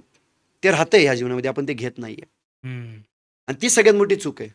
महाराज भरभरून द्यायला बसलेले आहेत आणि आपण जाऊन तिथं पार्लेजीचं एक ₹10 ₹5 वस्तू मागतोय. मागतोय. आणि महाराज म्हणतात आहे, की मी तुला अशी कृपा करतोय, की तुला वास्तविक कधी तू डिप्रेसमध्ये जाणार नाही, फ्रस्ट्रेशनमध्ये कधी जाणार नाही. ह्या गोष्टी द्यायला बसलेले आहेत महाराज. कधी तू दुःखाच्या संपर्कात येणारच नाही. भक्त बनणे म्हणजे काय? चारी बाजूला कवच आहे. हं. तो कवचमध्ये गेला. तो भक्त बनणं म्हणजे काय? तो महाराजांच्या दुनियामध्ये एंट्री केली. करेक्ट. त्यामुळे कवच ऑटोमॅटिकली तयार झालं आणि ते कवच तयार झाल्यामुळे त्याला बाहेरच्या दुःख काही स्पर्शच होत नाही. हे सरळ आहे. या सर्व गोष्टी. सॉरी तुमचा फ्लो ब्रेक केला. पण आत्तापर्यंत इथपर्यंत पॉडकास्ट बघता तर प्लीज खाली दिलेल्या सबस्क्राईब बटनवर सबस्क्राईब करा. कारण तुम्ही सगळे पॉडकास्ट बघता पण सबस्क्राईब करत नाही. सो प्लीज चॅनलला सबस्क्राईब करा आणि तुमचा पॉडकास्ट आता कंटिन्यू होईल. 3, 2, 1 ॲक्शन. त्याच्यानंतर अजून असे काही समज आहेत, की गुरुवारी उपवास केला पाहिजे का? भरपूर भक्त उपवास करतात. तर स्वामींनी असं सांगितलंय का, की उपवास केला पाहिजे? नाही, पहिली गोष्ट तर उपवासचा अर्थ समजून घेतला पाहिजे. उप म्हणजे जवळ, वास म्हणजे राहणे. हां. याला उपवास म्हणलं जातं. बरोबर. आता हे गुरुवार उपवास का करतात? मला बी लय मोठा प्रश्न पडलेला, की महाराजांनी तर 264 लीलेमध्ये सांगितलेलं नाहीये. जर ह्यांना करायचंच झालं, की बाबा ह्यांना उपवास करायचंच आहे, तर बाबा एकादशी व्रत करा. हं, कारण की महाराज ऑलरेडीच सांगतात, की संतांच्या बोलण्यावर विश्वास ठेवा. हे बखरमधली गोष्ट आहे. हं, बघा, समजदाराला इशारा काफी असतो. बरोबर ना? समजदाराला इशारा काफी असतो. बरोबर. आता महाराजांनी एक ठिकाणी सांगितलं, की तुम्ही जीव हिंसा करू शकत नाही. आता तिथं काय लोकं प्रश्न पडतात, जीव हिंसा म्हणजे नेमकं कोणाचं? हं, हं, हं. ते सांगा. बाबा, जीव हिंसा म्हणजे कुठला बी जीव असेल, मग ते भले मुंगी असू नाही तर हत्ती असू, तू कोणालाच मारू शकत नाही तुझ्या स्वार्थासाठी. हां. तुझ्या स्वार्थासाठी तू कोणालाच मारू शकत नाही. मग आता इथे लोकं परत प्रश्न काढतात, की मग मटण खाल्लं तर चालतंय का? अरे बाबा, इथे लिहिलंय ना, स्पष्ट लिहिलेलं आहे. हं, जीव हं, हिंसा करू शकत नाही, विषय संपला ना. तर तसं जर एखाद्याला उपवास करायचा जर असेल, हं, एकादशी व्रत करायला पाहिजे, चांगली गोष्ट आहे. आता मला सांगा, अक्कलकोटमध्ये तुम्ही गेले एकादशीच्या दिवशी, बरोबर? तर तिथं तुम्हाला जेवण नाही मिळत. हं, हं. एकादशीच्या दिवशी तुम्हाला तिथं तिथं तुम्हाला मिळतं भगर, जे वरई म्हणतो आपण ते, खिचडी किंवा केळी किंवा जे बी काही फ्रूट असतील ते ते मिळतं तुम्हाला. मिळतं. तुम्हाला जेवण त्या दिवशी अक्कलकोटला सुद्धा मिळत नाही. नाही. मग ते नियम पालन करतातच आहे, की आपल्याला एकादशी पालन करायला काय प्रॉब्लेम आहे? आणि हं. एकादशी शास्त्रामध्ये ऑलरेडी सांगितलेले आहेत. हां. महाराज सुद्धा शास्त्रच सांगतात आहे. वेगळं काही सांगत नाही महाराज. हे फक्त कसं होतं, की लोकं व्यवस्थित मार्गदर्शन घेत नाही. म्हणजे व्यवस्थित परंपरेतून ज्ञान घेत नाही म्हणून गडबड आहे. बरं. पण ॲक्चुअली असं गुरुवारी उपवास करायला पाहिजे, नाही करायला पाहिजे, नाही केलं तरी चालतंय. महाराजांनी काही सांगितलेलंच नाही, की बाबा तुम्ही उपवास करायलाच पाहिजे. असं काही हं. सांगितलेलं नाही. हे मेंटल स्पेक्युलेशन आहे. आपापल्या बुद्धीने केलेलं काम आहे हा. असं कोणी सांगितलेलं नाही. महाराज आता आपण सर्वजण पूजा करतो. फक्त घरात केलेली स्वामी महाराजांची पूजा थोडी वेगळी असते, मठांमध्ये वेगळी असते. तर पहिली म्हणजे हा फरक काय असतो? आणि मठामधली पूजा किंवा मंदिरातली पूजा आणि घरातल्या पूजेत काही नियम असतात का? आणि ते कसे वेगवेगळे आहेत? बघा ह्याच्यामध्ये नियम तर डेफिनेटली आहे. नियम तर आहे. घरी असो नाहीतर मंदिरात. फक्त नियमची तीव्रता कमी असते. समजा आता घरामध्ये आहे बाबा, तर ठीक आहे घरामध्ये ॲडजस्टमेंट चालते. बरोबर ना, की बाबा हं, चला सकाळी सकाळी तो 5:30 ला आरती नाही करू शकत. हा पहिला पॉइंट आहे घरामध्ये. बरोबर. नाही करू शकत. तर तो आरती कधी करणार आहे बाबा लयत लय तो 8 वाजता, 9 वाजता कारण ठीक आहे. घरामध्ये चालू शकतं. पण जर मठमध्ये आलं तुम्हाला, हं, तर अक्कलकोटचे जे नियम आहे, की समजा अक्कलकोटला 5:30 ला आरती होती, तर मठामध्ये 5:30 ला आरती झालीच पाहिजे. 16 प्रकारची सेवा आहेत. षोडशोपचारी पूजा जी आहे, ते बखरमध्ये पण त्याचा उल्लेख येतो. म्हणजे सकाळी उठवल्यापासून ते रात्री महाराजांना झोपेपर्यंत 16 प्रकारची सेवा आहेत. बरं. ते मठवाल्यांना करणंच आहे. त्यात काही एक्सक्यूज नाहीये. हां, मग ते आता काही लोकं म्हणतील आमच्याकडून होत नाहीये, तर मग त्यांनी ट्रेनिंग घ्यायची, की का होत नाहीये? हं, बरोबर. ते ट्रेनिंगवर होतं ना, की बघा एखाद्या गोष्टीचं तुम्हाला महत्त्व माहिती नाहीये ना, तर ते तुम्ही कॅज्युअली करत राहणार, उगाच करायचंय म्हणून. ओके. बरोबर ना. पण ज्यावेळेस त्याचं महत्त्व कळतं त्यावेळेस ते होतं. मठांमध्ये जे स्ट्राँग नियम आहेत ना, ते 16 प्रकारची सेवा मठामध्ये झालीच पाहिजे. हं, हं. म्हणजे महाराजांचं उठवणं झालं, महाराजांना अभिषेक झाला, त्याच्यानंतर महाराजांचा नाश्ता, त्याच्यानंतर महाराजांचं जेवण, त्याच्यानंतर महाराजांचं संध्याकाळी 4 नाश्ता, परत नाश्ता, हं. परत 8 वाजता जेवण, परत महाराजांना झोपवताना दूध. हां. हे नियम आहेत. हे केलंच पाहिजे. याच्यामध्ये ॲडजस्टमेंट काही बी नाहीये. घरामध्ये चालू शकतं. बरं. घरामध्ये थोडंफार ॲडजस्टमेंट चालू शकतो. कारण की माणूस कसं आहे कामाला जातोय. तो समजा रात्री जर त्यांना झोपायलाच 12 वाजत आणि तो 5:30 ला उठणार नाहीये. तुम्हाला 5:30 ला उठायसाठी तुम्हाला 9 वाजता झोपावं लागणार. हं. 9 वाजता कोण झोपतच नाहीयेत. 12 ला झोपतात ते. तर तो उठणारच नाहीये. हं, हं, हं. ॲक्चुअली ठीक आहे ज्यांना पॉसिबल आहे, ज्यांचं सवय उठायची 5 वाजता, तर त्यांनी निश्चित उठायला पाहिजे थोडं अर्धी. 5 ला उठून अंघोळ वगैरे करून हां. 5:30 ला आरती करायला एकदम चांगली गोष्ट आहे. अरे वाह! आरती करणं म्हणजे काय महाराजांना तुम्ही बोलावताय कंटिन्युअसली आमंत्रण देताय. हां. तर हे घरामध्ये थोडंफार ॲडजस्टमेंट चालू शकतं. पण ओके. ते बी घरातले काही नियम आहेत, जे हं, आपल्या गुरुशिष्य परंपरेद्वारे शिकवलं जातं, की बाबा हं. तुला एक तरी आरती रोज करणंच आहे बरं. घरामध्ये. एक तरी आरती करणंच आहे. मग तू सकाळी 5:30 ची कर, होत नसेल तर दुपारी 12 ची आरती कर. नसेल होत ते पण तर रात्री 8 ला तरी आरती करायचीच आहे. करायचे. कारण की हे तिन्ही टाईम स्टँडर्ड आहे. हे स्टँडर्ड वटवृक्षचे टायमिंग आहेत. हां. आपल्याला महाराजांची भक्ती करायची आहे ना, तर हं. तिथला स्टँडर्ड ते फॉलो करायचे आहेत आपल्याला. करेक्ट. आपल्या मनाने नाही करायचे. हं, मग हं. कुठली बी आरती करा. समजा आता आता काही लोकं घरामध्ये सेवा करतात आहे, हं, हं. ज्यांना शिकवलेलं आहे त्या पद्धतीने. ते घरामध्ये कोण 8 वाजता आरती करतंय संध्याकाळी, कोण 12 ची आरती करतंय दुपारची. ज्याला जमते बाबा ते सकाळी पण करतात आहे. हां. पण मठामध्ये जर तुम्ही बोलत असाल, तर तुम्हाला 16 प्रकारचे नियम लागू आहे. ते हं. करणंच आहे तुम्हाला. हां. त्यात काही एक्सक्यूज नाही. तुम्ही आता आरतीबद्दल सांगितलं, तर आरती पण बऱ्याच आहेत. हां, त्यातली हां. योग्य त्यामध्ये बी कोणती लई गडबड आहे. गॅजेट आहेत? हां, ते गॅजेट आहेत. लय मोठं फ्रॉड त्याच्यात बी. पहिली गोष्ट तर महाराजांचे 17-18 आरत्या तर खोट्या आहेत. हं. ओरिजिनल आरती कुठली आहे? जी गोपाळबुवा केळकरांनी लिहिलेली आहे. हां. समकालीन त्यावेळेस. हं, जय देव जय देव जय श्री स्वामी समर्थ. आरती वाळू चरणी ठेवा. छेली खेडे ग्रामी त्रिगुण परब्रह्म देवादिदेव आणि अगडती लीला करुणी. हं. ही आरती अप्रूव्हल आहे. बरं. बाकीच्या आरत्या सगळ्या हे बनवलेल्या गोष्टी आहेत. हे ॲक्चुअली नाही हो, आपण बोलू शकत. हं, हं, हं. आपण काय करू शकतो, जे ओरिजिनल आरती आहे तेच म्हणायला पाहिजे सगळ्यांनी. हां. कारण की काय होतंय, की कोण बी उठसूट तेच सांगितलं ना आपल्याला आता बोलणं झालं, की बाबा एवढे मठ आहेत, तर हं. नियम वेगळे ह्या सगळं होतंय ना. हं. तसं नाही चालत कधी बी. तुम्हाला लॉयल बनायचं असेल, एक भक्त बनायचं असेल, तर महाराजांनी ज्या गोष्टी सांगितल्या, जे परंपरेद्वारे जे नॉलेज मिळते ते ओरिजिनल नॉलेज तेच आहे. ना. कारण की करेक्ट. नाहीतर मग भेसळ तर भरपूर आहेतच ना. करेक्ट. आता जे मूळ ग्रंथ आहे ते 3च आहेत. हं. बरोबर ना. 550 पुस्तकं कुठनं आलेले आहेत. मग अच्छा. ह्याच्यावर कोणाचा सबूतच नाही, की आले तर कोणी अप्रूव्हल केलं ते. ह्या हं. पण गोष्टी असतात ना. ते 3 ग्रंथ कोणते आहेत? आता पहिली गोष्ट तर येते, की तुमचं गोपाळबुवा केळकर लिखित जे बखर आहे, हं. जी महाराजांची बखर आहे, जी ओरिजिनल आहे. त्याच्यानंतर येतं गुरुचरित्र. त्याच्यानंतर येतं श्रीपाशी लीलामृत. हं. बरोबर ना. हं. तर हे तर सिक्वेन्स आहे. पहिले तुम्हाला हे शिकवलं जातं, नंतर हे शिकवलं जातं, नंतर हे शिकवलं जातं. अच्छा. मग तेव्हा तर आपल्याला भक्ती मार्गावर आपण कळू शकतो ना, की बाबा ॲक्चुअली मला असं वागायचंय. हं. मी स्वतःला एक्सटर्नली चेंज करतोय. करेक्ट. एक्सटर्नली मला चेंज होणं लय गरजेचं आहे. आणि इंटरनली मी कसं चेंज होणार आहे नॉलेजद्वारे. करेक्ट. जेव्हा रिअलायझेशन होणार तेव्हा मी एक्सटर्नली पण माझं ऑटोमॅटिकली मी चेंज करणार त्याच्यामध्ये. आता तुम्ही बऱ्याच लोकांना एज्युकेट करता. आपण जसं मगाशी बोललो, की एक तुम्ही परीक्षाच घेता हां, हां. पेपर, लोकांची. पेपर. हां. त्यात काही लोकं खूप काउंटर क्वेश्चन पण करत असतील, हां, हां. तर्क-वितर्क लावत हां, असतील. 100% 100%. तसा एक बऱ्याच जे स्वामी भक्त नाहीयेत किंवा जे स्वामी भक्ती मार्गात आहेत, त्यांना प्रश्न पडतो तो म्हणजे आपण बऱ्याचदा बघतो की स्वामींना हुक्का दाखवला जातो हं, किंवा हं. त्याचा एक प्रसाद की आपण काय म्हणतात हां. हां, नैवेद्यासारखं हां, त्याला हां. केलं जातं. बरोबर. तर मग हे असं का? म्हणजे हां, हां, स्वामींनी हां. असं का हे हां, केलं हे असेल? हे प्रश्न चांगला आहे. बऱ्याचशा लय लोकांना प्रश्न पडलेला आहे, की हं, हुक्का जर तुम्ही म्हणता, की मांस-मटण खायचं नाही, इकडं तुम्ही हं. नियमांचं सांगताय, मग स्वतः महाराज हुक्का पितात आहे. हां, तर ऑब्व्हियस तिथं प्रश्न पडू शकतो का? पहिली गोष्ट लक्षात घ्या, की ते भगवान आहेत. ते काय बी करू शकतात. हे एक्सेप्ट केलं पाहिजे. हां. ते काय बी करू शकतात. त्यांना सगळं अलाउड आहे. बघा, त्यांना नियम काहीच नाही आहे आणि आपल्याला सगळं नियमच आहे. ओके. आपल्याला नियमात राहायचं आहे आणि हं, त्यांना नियम नाही. आता पहिली गोष्ट तर काय होतं, महाराज जर हुक्का पीत होते, बरोबर ना? तर चिलीम चिलीम पिलेलं आहे इसालदार खान. हे एकदम बखरमध्ये एक लीला आहे. तर हुक्काचा तर उल्लेख अजून आलेला हं, नाहीये. हं, हं. पण हुक्का लावत होते हं, महाराजांना. हं, हं. तर एका लीलेमध्ये दिसतं की बाबा तिथं हुक्का लावलेला आहे. हे बी हं, कधी लास्टच्या पिरियडमध्ये लीलेमध्ये येतं एखादा. तर महाराजांनी हुक्का पिली का चिलीम पिली का? हं. पण ते जेव्हा पीत होते ना, तर त्यांना नशा चढत नव्हती. बघा, अच्छा. आता जर आपण तंबाखू खाल्लं, हं, हं, तुम्ही हं. खाल्लं किंवा मी खाल्लं, आपण 10 मिनिटात चक्करून पडणार. हो ना? आपली ही क्वालिटी आहे. बरोबर करेक्ट. ना? त्यांनी अख्खे तंबाखू खाल्ले तरी त्यांना काही फरक नाही पडणार. भगवंताने आपल्यामध्ये हाच फरक आहे. त्यांना कुठल्याच गोष्टीचा फरक नाही पडत आणि आपल्याला सगळ्या गोष्टीचा फरक फरक पडतो. पडतो. आपल्याला ऊन आहे, तर फॅन लावलेला आहे. अजून थोड्या दिवसांनी एसी बी लावावं लागेल. त्यांना त्या गोष्टीचा फरक नाही पडत. हां. हां, जरी त्यांनी ते पिलेलं आहे बी, समजा पिलेलं आहे. तर पिलेलं असेल तरी आपल्या जगाच्या उद्धारासाठीच पिलेलं आहे त्यांनी. बरं. बरोबर ना? हं, आता हं. ह्याच्यामध्ये अजून एक प्रश्न पडू शकतो, ह्याच्यामध्ये जगाचा काय उद्धार होणार? हां. इथे लोकं हं. व्यसन करतील. ह्याच्यामध्ये उद्धार काय? बघा, जेव्हा त्याचं धूर निघतो ना, हं, हं. त्या धूरमध्ये पवित्र ऑक्सिजन आहे.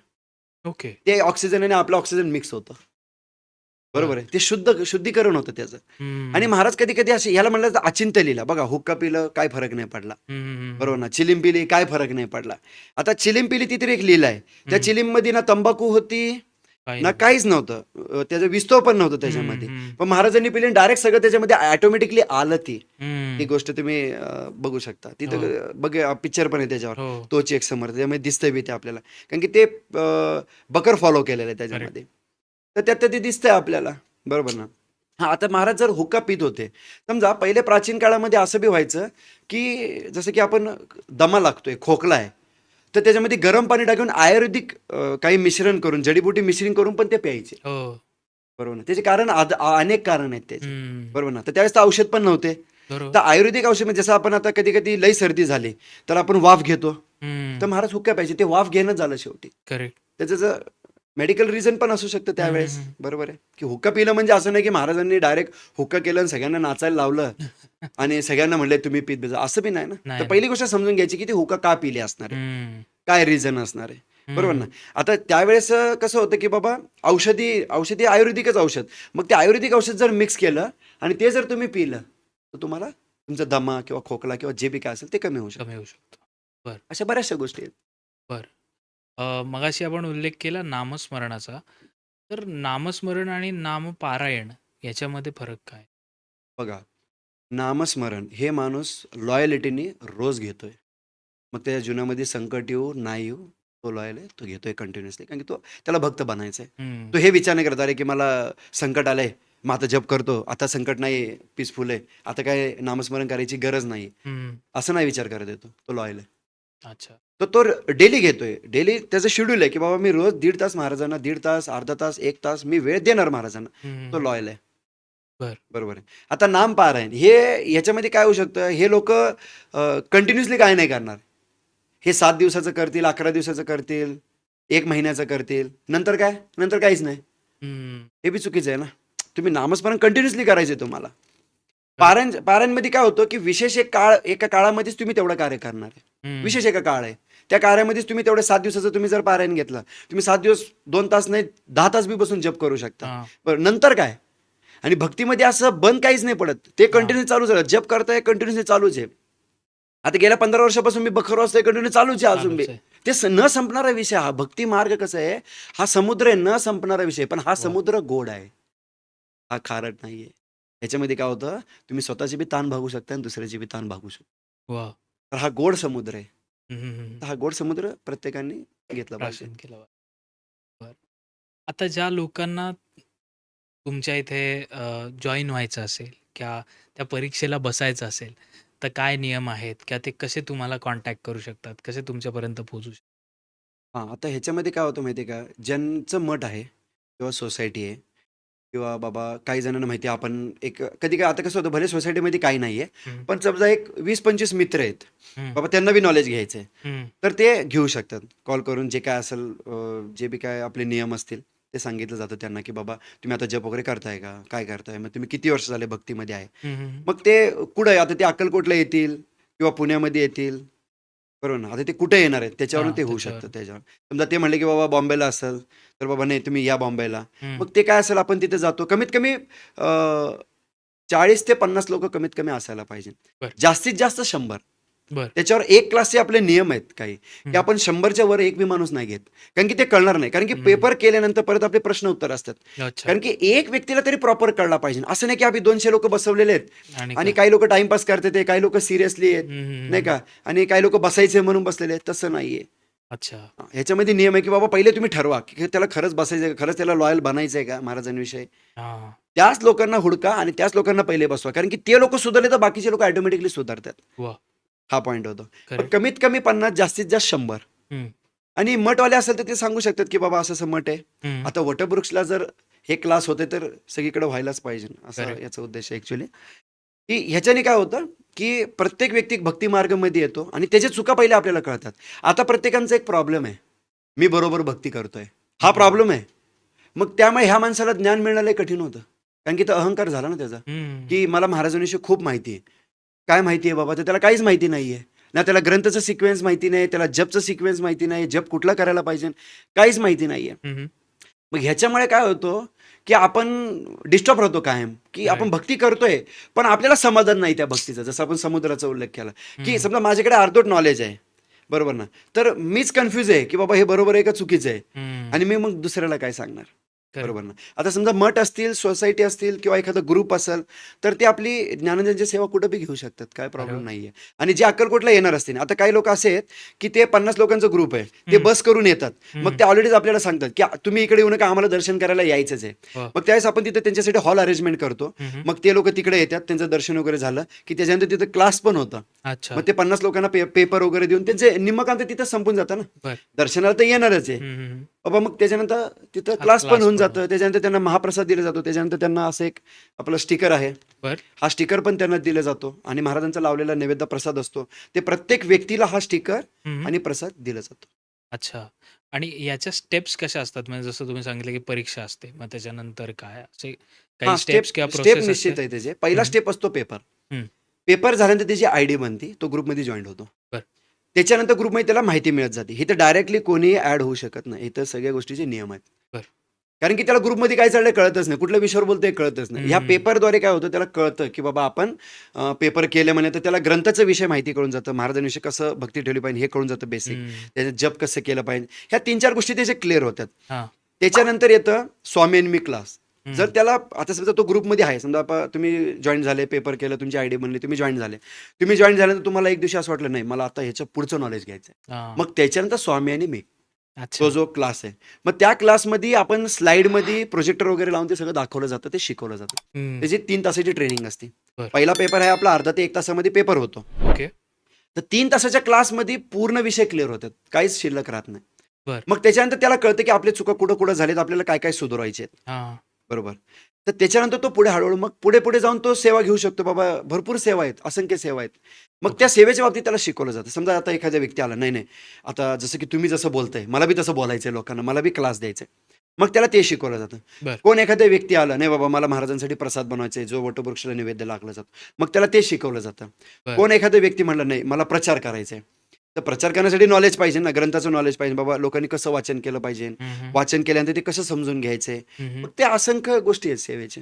मग त्याच तो क्या है? नंतर स्पिरिच्युअल सायन्स हं, नंतर हं. तो एक साईड घेणार आणि बरं. त्या साईडच्या माध्यमातून तो सेवा करत जाणार. हे सगळं तुम्ही विनामूल्य शिकवता? अक्कलकोटमध्ये विनामूल्य आहे सगळं. अरे वाह! बरं, अक्कलकोटमध्ये तुम्हाला स्टिकर प्रसाद हे फ्रीमध्ये दिलं जातं. हे विनामूल्य सेवा आहे तिथं.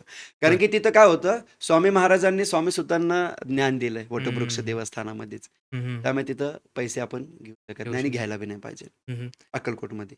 हां, अक्कलकोटच्या बाहेर असेल. हं. समजा तुमचा प्रश्न असू शकतो, की हो. अरे आता समजा पुण्यामध्ये आहे, बॉम्बेमध्ये आहे, अदर ठिकाणी आहे. तर ते नॉर्मल चार्जेस असतात. हं. कमर्शियली नाही आहे ना हे. हं, हं, हं. पहिली गोष्ट तर इथं कोणाला बंगले बांधायचे नाहीत आणि मठं बांधायची नाही आहेत. त्यामुळे इथं जे बी चार्जेस असणार आहे ते एकदम नॉमिनल असते, कारण की आपली सेवा काय आहे? ज्ञान देणं. ज्ञान देणं. वाह! त्यामुळे आपण पहिले प्रिपेअर करतो की बाबा ते ज्ञान झालं पाहिजे, कारण की हं. आपला जो भगवान आहे तो ज्ञानाचा देव आहे, बरोबर. महाराज. तर त्यासाठी त्यांचे शिष्य लोक आहेत, जे बी लोक भक्ती करणार आहेत ते बुद्धिमान व्हायला पाहिजे, कारण की हं. आपण बुद्धीच्या देवाची सेवा करतोय. करेक्ट. तर आपण कमी बुद्धी राहून नाही चालणार, त्यामुळे आपल्याला बुद्धिमान व्हावं लागेल. महाराज, आता बऱ्याच लोकांना हा प्रश्न पडलेला असावा, की मी तुम्ही सांगितलं त्याप्रमाणे नामस्मरण करतो, जप करतो. त्याच्यानंतर तुम्ही जे सांगितले ते नियम सगळे फॉलो करतो. सगळ्या गोष्टी आचरणात आणतो. फक्त मी स्वामींची बखरसुद्धा वाचतो. फक्त माझ्याकडे गुरु नाही आहेत. तर मग स्वामींची कृपा माझ्यावर होऊ शकते. बघा, प्रचिती तर 100% होणार. नाही का? प्रचिती म्हणजे काय होतं, थोडं थोडं मिळत जाणार तुम्हाला. हां. वास्तविक जो उच्च कोटीचा आनंद आहे तो नाही मिळणार, बरं. कारण की पहिली गोष्ट तर काय होतं, भक्ती करायचं म्हणलं की गुरु पाहिजे. हा पहिला पॉईंट आहे. मग कुठलं बी असू द्या. आता नॉर्मली समजा कुठल्याही क्षेत्रामध्ये विदाऊट नॉलेज जसंच माणूस काहीच कार्य करू शकत नाही, तसं भक्तीमध्ये बी विदाऊट नॉलेज काही कार्य करू शकत नाही. एक गुरु कशासाठी असायला पाहिजे ह्याचं बी एक क्लिअर आहे, बरं. की गुरु काय करतो, त्याला पर्टिक्युलरली शिकवत राहतो हळूहळू करून. एका दिवसात तर कोण कोणाला शिकवू शकत नाही. बरोबर. नाही शिकू शकत आपण, की बाबा आलंय आणि नियम तर सगळे पालन करतोय, मग ठीक आहे चला आता होऊन जाईन, असं नाही होत कधी बी. पहिली गोष्ट तर बी काय होतं, की ज्यावेळेस तो जप करतोय तर पुढे पुढे जाऊन जर त्याला गुरुशिष्य परंपरा नसेल तर जप जाऊन हळूहळू कमी पण होतात. काही लोकांचे हे बी बघितलेले आहेत आम्ही. पहिले जप करत होता, नंतर 8-15 दिवसांनी काय झालं, किंवा महिना 2 महिन्याने 6 महिने वर्षभराने जप कमी झाला त्याचा. जप कमी काय झाला, कारण की तो टचमध्ये नाही आहे, असोसिएशनमध्ये नाही आहे, गुरुशिष्य ओके. परंपरेत नाही. प्लॅटफॉर्म लय इम्पॉर्टंट आहे. तुम्हाला भक्ती करायचं असेल तर प्लॅटफॉर्म पाहिजे. काही प्लॅटफॉर्ममध्ये काय होतं, गुरुशिष्य परंपरा सगळे आलेले असतात, बरोबर हं, ना. सगळं नॉलेज आलेलं असतो, ते नॉलेज कंटिन्युअसली ऐकायचे. असं हं. नाहीये की बाबा ठीक आहे आता मी बखर वाचतोय आणि आता जप केलं, आता मला काय करायची गरज नाहीये, आता मी हां. परिपूर्ण झालो, असं नाही होत. मरस तोपर्यंत आपल्याला शिकतच जायचंय. वाह! मरस तोपर्यंत महाराजांची लीला कानावर पडलेच पाहिजे. महाराजांची लीला ऐकणं म्हणजेच आपल्या जीवनाचं सार्थक करणं. वाह! असं नाही की आपण बस ठीक आहे आता बखर वाचतोय, जप बी करतोय. हं, नाही, हं. त्याला तेवढा आनंद नाही येणार. ओके. त्याला नॉर्मल आनंद येईल, पण जे उच्च कोटीचा आनंद आहे भक्ती मार्गामध्ये आल्यानंतर, ते आनंद त्यांना होणार नाही. हं. पण ज्या वेळेस तो गुरुशिष्य परंपरेमध्ये राहून, गुरुशिष्य परंपरेमध्ये काय आहे, हे प्लॅटफॉर्म आहे, महाराजांचं घर आहे. हं, हं, त्या हं. घरात आपण सगळेजण राहतोय. स्वामीसुत बी त्याच घरात आहे, बाळाप्पा महाराज बी त्या, सगळेजण त्या घरामध्ये आपण राहतोय, आणि त्या घरामध्ये मी प्रवेश केलेला आहे. हं. मग त्या घरामध्ये तर उच्च कोटीचा आनंद घेणारच ना मी. घेणारच. हां, पण त्या घराच्या नुसतं बाहेर राहतोय मी, हां. तर मला ऊन, वारा, पाऊस, थंडी सगळं लागणार, मग ते त्रास भोगावं बी लागणार मला. करेक्ट. त्यामुळे मला काय सरेंडर, मला फॅमिलीत राहायचंय. बरं. कारण की गुरुशिष्य परंपरा चालू कोणी केली? महाराजांनी केलेली आहे. ते महाराजांनी. कशासाठी केलेले आहे? आपण सुखामध्ये राहावं, ह्या हं. लोकांना कधी कष्ट भोगावं नाही. हां. कष्ट जरी आलं तरी ते सॉल्व्ह करतील महाराज, त्याचा बी काही शंका नाहीये. हं, हं. पण कष्ट असू नसू पीसफुल लाईफ जगता आला पाहिजे ह्यांना. मग हां. तुम्ही माझ्याकडे या फॅमिलीमध्ये राहा, गुरुशिष्य परंपरेमध्ये तुम्हाला नॉलेज. आता इथं अजून पण एक असं होतं, बऱ्याचशांना वाटतं की हे फक्त जप करायचं शिकवत असतील. जप कर, अगरबत्ती वाळ, नैवेद्य लाव, हां हे होतं. हां, हां. पण इथं तसं नाहीये. इथं तुम्हाला बिझनेस, जॉब, तुम्ही जे बी काही कार्य करत असाल त्या कार्यामध्ये तुम्ही प्रगती कसं करू शकता. हां. तुम्हाला एखादी अडचण आली, त्या अडचण कसं सॉल्व्ह होणार आहे, हं, सगळ्या हं. गोष्टी. प्रॉब्लेम तर आहेतच ना, इथं हं. कोणाला प्रॉब्लेम नाही असं नाही, प्रॉब्लेम तर सगळ्यांना आहे. मग ते प्रॉब्लेमला सोल्युशन काय आहे हे महाराजांच्या माध्यमातून त्याला शिकवलं जातं. हां. त्यामुळे ते एकदम परफेक्ट आहे. बघा आता माझ्या जीवनात प्रॉब्लेम आलेला आहे, पण मी माझंच बुद्धी लावतोय आणि ते सोल्युशन, म्हणजे त्याला काहीतरी सोल्युशन हुडकतोय आणि ते सॉल्व्ह करायचं बघतोय, ते होऊ शकत हं. नाही, कारण की माझी बुद्धी छोटी आहे. ओके. जर मी महाराजांचं ऐकलं तर पीसफुल लाईफ, ते प्रॉब्लेम ऑटोमॅटिकली सॉल्व्ह होणार आहे. हा पॉईंट आहे. तुम्ही जसं म्हणालात, की भक्ती मार्गात आल्यानंतर किंवा इन जनरल ज्यावेळी तुम्ही भक्ती करता, तर तुमच्या मनात प्रश्न आले पाहिजेत. क्रॉस क्वेश्चनिंग तुम्ही केलं पाहिजे. त्यामुळे एक धाडस करून मी फक्त तुम्हाला एक प्रश्न विचारा ना. विचारतो, की तुम्ही मगाशी जे सांगितलं, की उच्च कोटीचा आनंद. तर हा उच्च कोटीचा आनंद म्हणजे नक्की काय असतो? हा. आणि दुसरी गोष्ट म्हणजे हा तुम्ही अनुभवलाय का? पहिली गोष्ट तर काय आहे, उच्च कोटीचा ज्याने अनुभव घेतलेला आहे तोच सांगू शकतो ना, नाही तर हं. आतापर्यंत मिळमिळ सगळेच बोलतात आहे ना. हा पहिला पॉईंट आहे. बघा कसं होतं, की भक्तीचा जो आनंद आहे ना, सेवेचा जो आनंद आहे, ऍक्च्युअल आनंद काय आहे, हे संघमध्ये आल्यानंतर कळतं ऍक्च्युअली काही गोष्टी. जसं की बघा, आता तुम्ही पोहायला गेले, हं. बरोबर आहे ना. पोहायचं म्हणले की नॉर्मली आपल्याला हातपाय मारायचे एवढं डोक्यात आहे, पण शरीर तुम्ही किती हलकं ठेवताय हं. हे लय इम्पॉर्टंट आहे. इथं बरोबर. ते शिकाय, ते फिलिंग आहे तुमचं, हं. की शरीर शरीर तुम्ही जेवढं वजन ठेवणार आहे तेवढं तुम्ही खाली बुडत जाणार आहे, आणि करेक्ट. शरीराला जेवढं तुम्ही हलकं ठेवणार आहे तेवढं तुम्ही तरंगत राहणार आहे आणि राहणार. पाय मारून तुम्ही स्विमिंग शिकू शकता. हे फिलिंग आहे ॲक्च्युअली. करेक्ट. तर उच्च कोटीचा आनंद कसं होतं माहिती आहे का? की ज्यावेळेस आपण निस्वार्थपणे सेवा करतोय महाराजांची. आता इथे लोकं म्हणतील आमचा तर स्वार्थ आहे. मग आम्हाला तो आनंद मिळेल का नाही? हं. बघा कसं होतं, की स्वार्थ प्रत्येक व्यक्तीमध्ये आहे. फक्त तो स्वार्थ कोणावर सोडतो ह्याच्यावर महत्त्व आहे.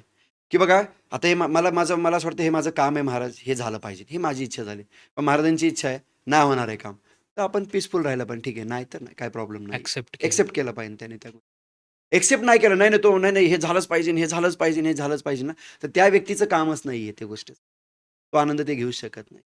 पण ज्यावेळेस कळतो उच्च कोटीचा आनंद जे आहे ना, ते आनंद काय आहे? सेवेचा आनंद आहे, ज्ञानाचा आनंद आहे. आनंद काय आहे? ज्ञानाचा. महाराजांची जेव्हा तुम्ही लीला ऐकता, आता तर लीला ऐकायची प्रथाच नाही राहिली. आता प्रकट दिन आलेले. कुठे हं. लीला आहे महाराजांची? की बाबा चला 7 दिवस महाराजांचे लीला बखरवरचे. कुठे आहे? नाहीच आहे. काहीच नाही. सांगणारेच नाही तर ते कसं काय? हां, अरेंजमेंट कोण करणार आहे ना? तर आता तर ठीक आहे, आता आहेच सांगणार आहे, की आता आम्ही जसं की नागपूरला ब्रह्मपुरी म्हणून आहे. तिथं हं. 4 दिवस कथा होती महाराजांच्या विषयी. वाह! पेपर पण होते. स्वामी आणि मी क्लास बी होते आणि महाराजांचे काही 10-12 लीला आहेत. जे एकदम हां. उच्च कोटीचे लीला आहेत. त्या हं. लीलेचं कथा पण होतं तिकडं. बरं. शिकवलं गेलं त्यानं, की महाराज काय आहेत, काय नाही. हे कळणं बी गरजेचं आहे ना. करेक्ट. बाबा आपण ज्याची भक्ती करतोय त्याच्याविषयी आपल्याला बेसिक नॉलेज तरी असायला पाहिजे. हं. ॲडव्हान्स नसेल तरी. बरोबर. ते उच्च कोटीचा आनंद कसा मिळणार आहे? महाराजांची लीला ऐकून. बरोबर आणि ते अनुभव आहे. ते जो व्यक्ती ते आनंद घ्यायचा असेल ना, तर त्याला ते रोलमध्ये यावं लागतं. हं. ते रोलमध्ये आल्यानंतरच तो आनंद घेऊ शकतो. त्याशिवाय नाही. तो शिवाय नाही ना ते. असं नॉर्मल होऊ शकत नाही ते. कारण की ते हां. उच्च कोटीच्या गोष्टी आहेत ना. महाराज मला सांगा, महाराज तुम्हाला छोट्या-मोठ्या गोष्टी देतील का? नाही.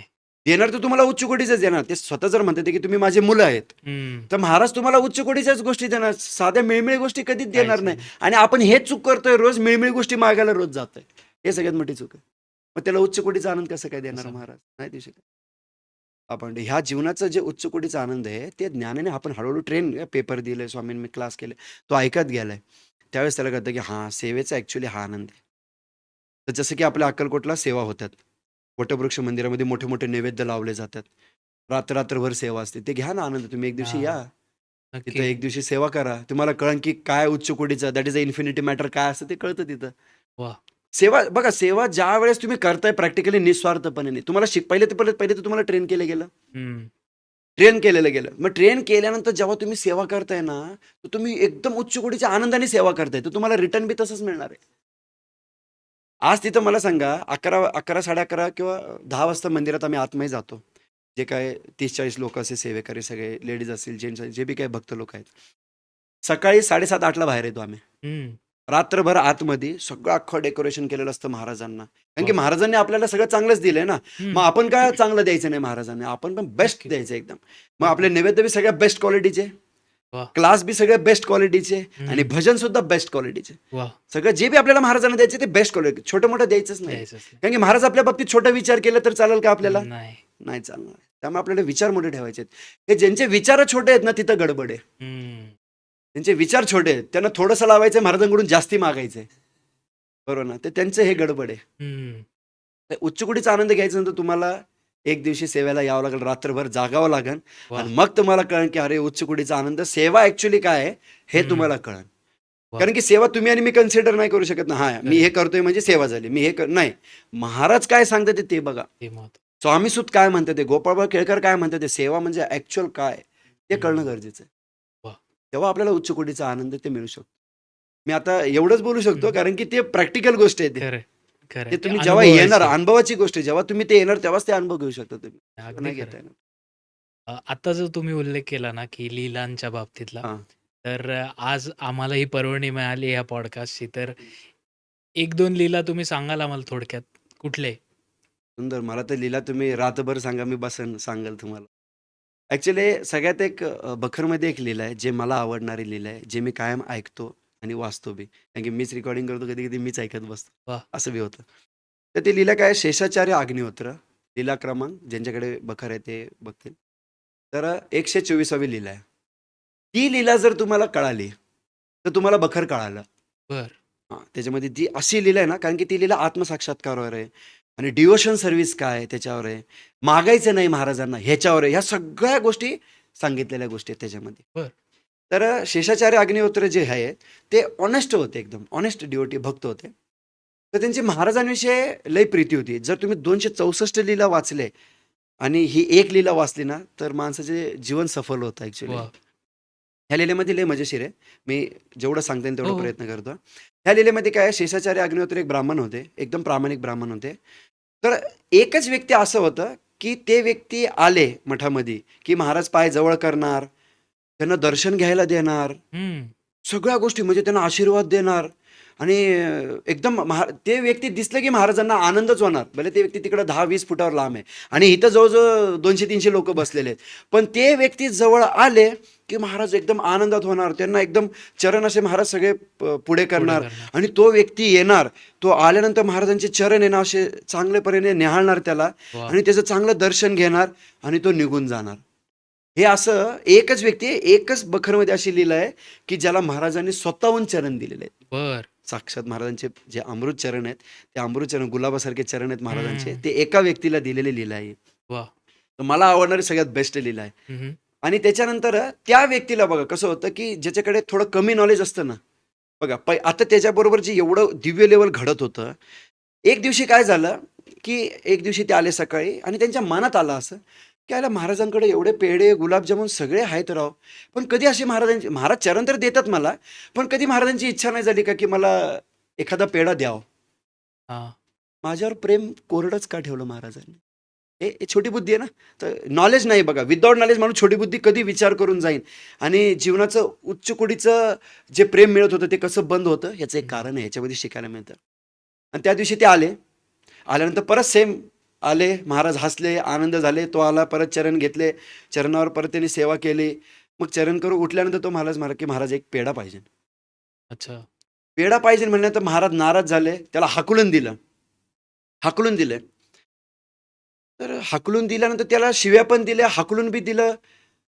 महाराजांनी त्याच्यावर इतका नाराज झाले, की तो म्हणला, "ठीक आहे, आता सगळ्यांसमोर माझा अपमान झाला. चला मला निघून जाऊ." तो निघून गेला.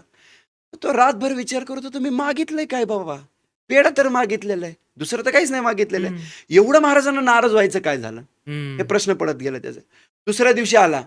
दिसला, की महाराजांनी सगळं झोपूनच जायचे डायरेक्ट. त्याला चरण द्यायचेच नाही. डायरेक्ट झोपून बिपून शिव्या द्यायचे. "निघून जा, निघून जा." शिव्या द्यायचे. तो तास-तास बसून राहायचं. 2 तास झाले, 5-5 तास बसून राहायचे. महाराज घोंगडी उचलायचीच नाही. बरं. जेव्हा तो गेला, परत महाराज घोंगडायचं, परत लोकांना दर्शन द्यायचं. असं 2 दिवस झाले, 3 दिवस झाले. तो परेशान झाला, की ज्याला एवढं अमृत चरण मिळत होते, एवढंच उच्च कोटीचा आनंद त्याला मिळत होता आणि एका क्षणामध्ये तो गायब कसं काय झाला? हं. काय अशी माझ्याकडून एवढी मोठी चूक झाली, की महाराजांनी चरण द्यायचं, मला शिव्या द्यायला लागलेत, मला चरण देत नाहीये. काय चूक केली, काय चूक केली? रात्रंदिवस विचार करा, रात्रंदिवस एकच चिंतन होतं. एक दिवशी त्याच्या मनामध्ये असं आलं, की रात्री, की मी महाराजांकडे जाऊन काय मागितलं? छोटंसं पेढा मागितलं. पण जिथं आत्मसाक्षात्काराचं ज्ञान मागायला पाहिजे, जिथं भक्ती मार्ग मागायला पाहिजे, जिथं उच्च कोटीच्या गोष्टी मागायला पाहिजे आणि तिथं जाऊन मी सामान्य त्या शूद्र पेढीची इच्छा धरली. चूक तर मला तेवढीच वाटते. त्याला असं म्हणत आलं, की मी हं. चूक तर एवढीच केलेली पेढे मागून. त्याच्या आधीचं माझं हं. सगळं ओके चाललेलं होतं. काहीच अडचण नव्हती. तर मग त्याच्यानंतर त्याने विचार केले, की ठीक आहे. आता आपण एक काम करू शकतो. हीच मोठी चूक मला वाटतेय, की बाबा हं. हीच चूक आहे. आता मी काय करतो, आज शेण खातो. अच्छा. हां, कारण की मी चूक तर केलेली आहे. ते शेण थापत होते. अशी हं. एक लीला आहे त्याच्यामध्ये. तर ते म्हणले, "खाल्लं तर शेण खाईन, पण आता ह्याच्यापुढे कधी पण पेढ्याची वासना धरणार नाही आणि महाराजांना कधीही पेढा वागणार नाही." हे मनात केलं त्यांनी. हीच जर माझी चूक असेल, पेढे मागितले, हीच जर माझी चूक असेल, तर मला ही चूक मान्य आहे आणि उद्यापासून मी हे चूक करणार नाही. हे मनात बोलते ते ॲक्चुअली हं. घरात आहे. बरोबर ना? मला असं वाटतं, की जर मी ही चूक केली असेल, तर महाराज मला क्षमा करा आणि उद्यापासून मला तुम्ही परत पहिल्यासारखं मला दर्शन द्या. जर माझी वाह! ही खरीच ही चूक असेल तर. तर महाराज त्याला अंतर्यामी. महाराजांना तर कळून गेलं बाबा, आता त्याला तो आता हंबल झालेला आहे. आता त्याला हं. कळून गेले. त्याची चूक त्याला कळून गेलेली आहे. बघा महाराजांनी चूक नाही सांगितली. त्यामुळे आपल्याला थोडं कधी-कधी शिकावं लागतं आणि विचार करावा लागतं, की आपण कुठं चुकतोय का चुकतोय. भक्तीमध्ये? हे पण विचार करणं लय गरजेचं आहे. मग तो व्यक्ती परत आला. परत आला, मग एकदम सगळं चांगलं. मग परत आला, महाराज हसले. मग तो परत पुढे आला, महाराज पुढे परत चरण ठेवले, मग सगळं झालं. मग महाराज विचारले, "पेढा कसा वाटला?" महाराज, "आता याच्यापुढे खाल्लं ना तर शेण खाईन, पण पेढ्याची वासना धरणार नाही." वाह! तर ह्याच्यातून आपण काय शिकू शकतो, की जिथं असंख्य कोटीचं सुख मिळणार आहे, तिथे जाऊन आपण छोट्या-मोठ्या का गोष्टी सांगत बसलोय, महाराजांना का गाऱ्हाणे करतोय आपण? तर शिकून तरी घ्या पहिले. आता बऱ्याचशांची चूक काय होती, आम्ही एवढी भक्ती करतोय, आमच्या जीवनात प्रॉब्लेम का? का? कारण की भक्ती कुठेतरी चुकते. हे पहिले समजून घ्यायचे, हं. की मी जर हे साधना करतोय, ही माझी साधना कुठेतरी चुकते. एक्सेप्ट केलं पाहिजे. तर त्याला चांगलं नॉलेज मिळू शकतं. नाहीतर त्याने म्हणलं, "नाही, नाही, मी योग्य आहे, मी योग्य आहे." तो अजून अडचणीत येणार. तर करेक्ट. ही लीला सगळ्यात बेस्ट आहे. सर्व स्वामी भक्तांना विनंती आहे, ज्यांच्याकडे बखर आहे. 124वी लीला शेषाचार्य अग्निहोत्र. सगळ्यात आत्मसाक्षात्काराचं ज्ञान. माणसाला सुधारून टाकते ती लीला. हं. माणसांना सुधारून अगदी. टाकते. हे तर लय शॉर्टमध्ये ॲक्चुअली जेव्हा हं. तुम्ही लीला वाचता ना, तर तो प्रसंग समोर दिसतो. महाराजांचा वाह! प्रसंग समोर दिसतो. एवढी सुंदर लीला. तुम्ही एवढं सुंदर सांगितलंत. प्लीज माझ्यासाठी म्हणून अजून एखादी लीला प्लीज सांगा. तुम्ही खूप सुंदर पद्धतीने तर सगळं नाही. डोळ्यासमोर उभं हां, राहतंय. उभं राहतं ते उभं राहतं. तसं राहायलाच पाहिजे ना. हं. काय होतं, की बघा महाराजांची लीला आपलं जीवन सफल होऊन जाणार आहे. हं. महाराजांची लीला ऐकणं हे आपला स्वभाव पाहिजे. जर मी महाराजांची भक्ती करतोय, तर मी रोज दर आठवड्याला एक तरी लीला ऐकणार वाह! किंवा मी वाचणार हे संकल्प असला पाहिजे. कारण की महाराजांची लीला आपलं जीवन सफल होऊन जातं. खरंय. बघा प्रॉब्लेम आपले थोडेसेच आहेत. बरोबर. पण ऑप्शन किती आहेत? 264 आहे. बाबा तुझे हां. प्रॉब्लेम बी नाहीत तेवढे. खरंय. पण 264 प्रॉब्लेमचं सोल्युशन महाराजांनी दिलेलं आहे. दिलेलं आहे. तू जर व्यवस्थित आत्मसात करत ते वाचत राहिलं, व्यवस्थित समजून गेलं, एक-एक लीला समजून घ्यायची आपल्याला, हं. की ह्या लीलेमध्ये महाराज कोणाला काय बोलले, हे लीलेचा हं. ॲक्चुअली अर्थ काय, हे समजून घ्यायचं. वाह! हं. तर दुसरी लीला जर तुम्ही म्हणले, तर स्वामी सुतांची लीला, बरं. ज्याच्यातून गुरुशिष्य परंपरा चालू झालेली आहे. तर ते लीला सांगायला मला आवडेल, की जसं की बरेचसे जे जुने लोक आहेत, ज्यांनी बखर वाचले त्यांना लगेच कळून जाईल, की हे बॉम्बेतले आहेत ॲक्चुअली. हं, हं, हं. 3 मित्र आहेत. तर 3 मित्र म्हणले, तिन्ही पण ₹2,000 त्यावेळेस कर्ज झालं. म्हणजे त्यावेळेसच्या कंडिशनला 2 करोड रुपये झाले ते. बापरे! आताच्या कंडिशनला 2 करोड रुपये झाले. हं, हं. त्यावेळेस ते $2,000. ₹2,000 कर्ज होतं. पण बघा, आता कर्ज तिघांवर आहे. बरोबर. 3 मित्र गेलेले आहेत तिथं महाराजांकडं.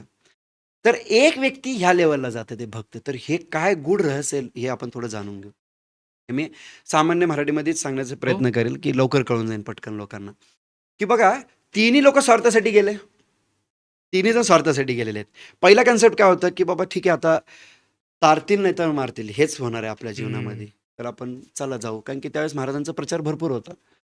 तर मग बरेचसे लोकं म्हणले, की चला अक्कलकोटला. तर हे 3 मित्र अक्कलकोटला आले. अक्कलकोटला आल्यानंतर स्वामी सुतांना असं वाटलं, की अरे, हे तर एकदम चालता बोलता देवच आहे. ऐकणं आणि प्रत्यक्षात बघणं फरक होता ना. तिघजण होते.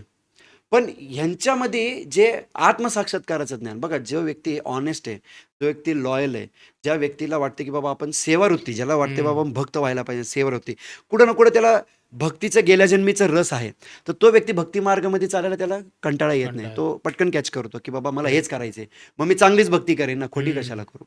ह्यांच्या लीलेमध्ये आपण एक गोष्ट लय भारी शिकू शकतो. ते काय आहे? बघा 3 जण गेले स्वार्थासाठी. बरोबर ना? 2 जण त्या लीलेमध्ये आहे, त्यांचा उल्लेख पण आहे. पण एक भक्त झाले.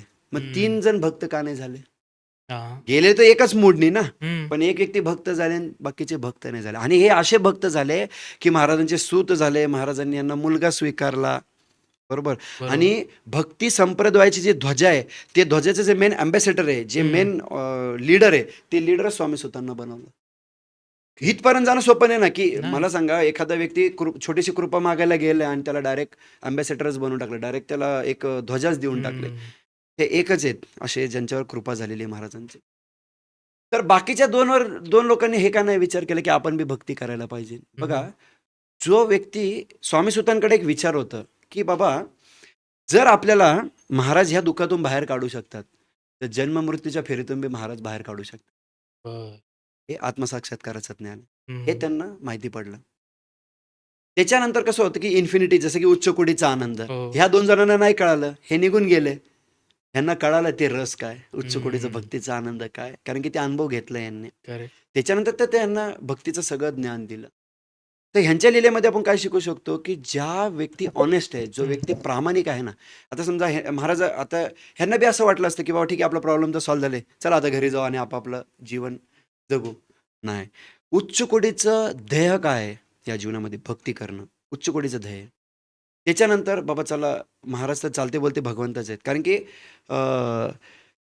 भक्तीमध्ये आल्यानंतर ज्यावेळेस आपण प्रामाणिक होतो ना, प्रामाणिक होणं पहिले गरजेचं आहे. हं, हं. प्रामाणिक नाही झालं तर आपल्याला ज्ञान कोण देणार नाहीये. करेक्ट. पहिले तर प्रामाणिक व्हायला पाहिजे. तर स्वामी महाराजांनी ज्यावेळेस ह्यांच्यामध्ये क्वालिटी सगळे बघितले, तपस्याची क्वालिटी बघितली, की बाबा हा व्यक्ती सहन करू शकतो. बरोबर. तपस्या तर करायची आहे ना आपल्याला. करेक्ट. जप करणं, हे करणं. ॲक्चुअली त्या उच्च गोडीचा आनंद आहे. पहिले-पहिले कंटाळा येतो जप करण्याचा, साधना करण्याचा. पण नंतर त्याची एकदा गोडी लागली, की हं. तेच इन्फिनिटी आहे. ती आवड. गोडी हळू करून निर्माण होते, एकदम नाही होत. तसं ह्यांच्या लीलेमध्ये आपण पहिली गोष्ट काय, की जरी तुम्ही मागायला गेले, महाराज देतील बी. पण फक्त महाराज स्वार्थ पूर्णच करण्यासाठी आहे, असं धरू नका. हे गृहीत धरू हं. नका. बरं. गरजा महाराज पूर्ण करतात. स्वार्थ कधीही महाराज पूर्ण करत नाही. वाह! तुमचे जे बी गरजा आहेत ना, ते 100% महाराजांना वाटतं ना, की ह्याची ही गरज आहे आणि हे पूर्ण केले पाहिजे. ते 100% महाराज पूर्ण करणार. त्यात काही शंका नाहीये. पण स्वार्थ घेऊन जातोय ना आपण, तर महाराज म्हणतात, "बाबा हे तर तुझा स्वार्थ आहे. तू कन्सिडर करतोय सगळं." मग तिथं काय होतं? महाराज सपोर्ट नाही करत. मग ते अडकतात. हं. मग काही-काही जण बघा, काही-काही जण काही-काही जणांना त्या गोष्टी मिळतात बी, काही लोकांना मिळत बी नाही. पण मिळणाऱ्या माणसाने असा नाही विचार केला पाहिजे, की आता मला फक्त मिळवतच जायचं. आता हे प्रॉब्लेम झाला महाराज, आता हे दुसरं काम करा, हे तिसरं काम करा. नाही ना, ते चुकीची गोष्ट आहे. ते करेक्ट. चुकीची गोष्ट आहे. एकदा महाराजांनी तुम्हाला दिलंय, तर आता त्याच्यानंतर काय माझं कर्तव्य काय महाराजांविषयी भक्ती करणं, भक्ती करणं. महाराजांवर प्रेम करणं. हे मी नाही सांगत, हे बकरमध्ये सांगितलेल्या गोष्टी आहेत. माझा हं. जप कर, भक्तीचा आश्रय कर आणि माझ्यावर प्रेम ठेव. हे सांगितलेल्या गोष्टी आहेत. याचे सबूत आहे. वाह! असं नाही की मी काहीतरी बोलतोय, असं हं. नाही. वाह! महाराज एवढं सुंदर तुम्ही सांगताय. थोडं आता परत आपल्या या जगात येऊन तुम्हाला इथले प्रश्न हां, विचारा, विचारावेसे विचारा. वाटतील. या जगात, त्या दोन्ही जगात फिरू आपण थोडं. थोडं-थोडं करून. काही कारण की ह्या जगातलं ना त्या जगात न्यायचं ना. त्यामुळे हां. दोन्ही जगाचं थोडं-थोडं घेतलं पाहिजे ना वाह! आपण. काही सामान्य म्हणजे आपल्या सबस्क्रायबर्सचे आणि माझे जे प्रश्न आहेत ते विचारतो तुम्हाला. बऱ्याच लोकांकडे स्वामींची मूर्ती असते. मार्बलची असेल किंवा वेगवेगळ्या ह्याच्यातल्या असतात. त्यानंतर काहींकडे पंचधातूची एक मूर्ती असते. काही लोकं फोटोची पूजा करतात. तर ह्याचे प्रत्येकाचे काही नियम वेगवेगळे हां, असतात का? नियम आहे ना. बघा पहिली गोष्ट कसं नॉर्मली फोटोमध्ये आपण 1 ते 2 प्रकारची सेवा किंवा 3 प्रकारची सेवा करू शकतो. नॉर्मल म्हणजे सकाळी उठला, फोटो पुसला, गंध काढला, नैवेद्य लावलं, नाही लावलं. 2-3 प्रकारची सेवा हे नॉर्मल लोकं करतात. नाही असं नाही. पण जर आर्टिफिशियल मूर्ती आली, समजा तुमच्याचं मार्बल वगैरे ग्रीन जे बी काही मूर्ती असेल, तर ती जेव्हा मूर्ती येते ना, त्यावेळेस तुम्हाला एक टायमाला तरी तुम्ही नैवेद्य लावायलाच पाहिजे. बरं. कारण की मूर्ती आणणं म्हणजे काय? मूर्तिमंत महाराज आहेत ना. तर हं, महाराजांना तुम्ही घरी आणले साक्षात, की महाराज आता मला तुमची सेवा करायची आहे. हं. बरोबर ना.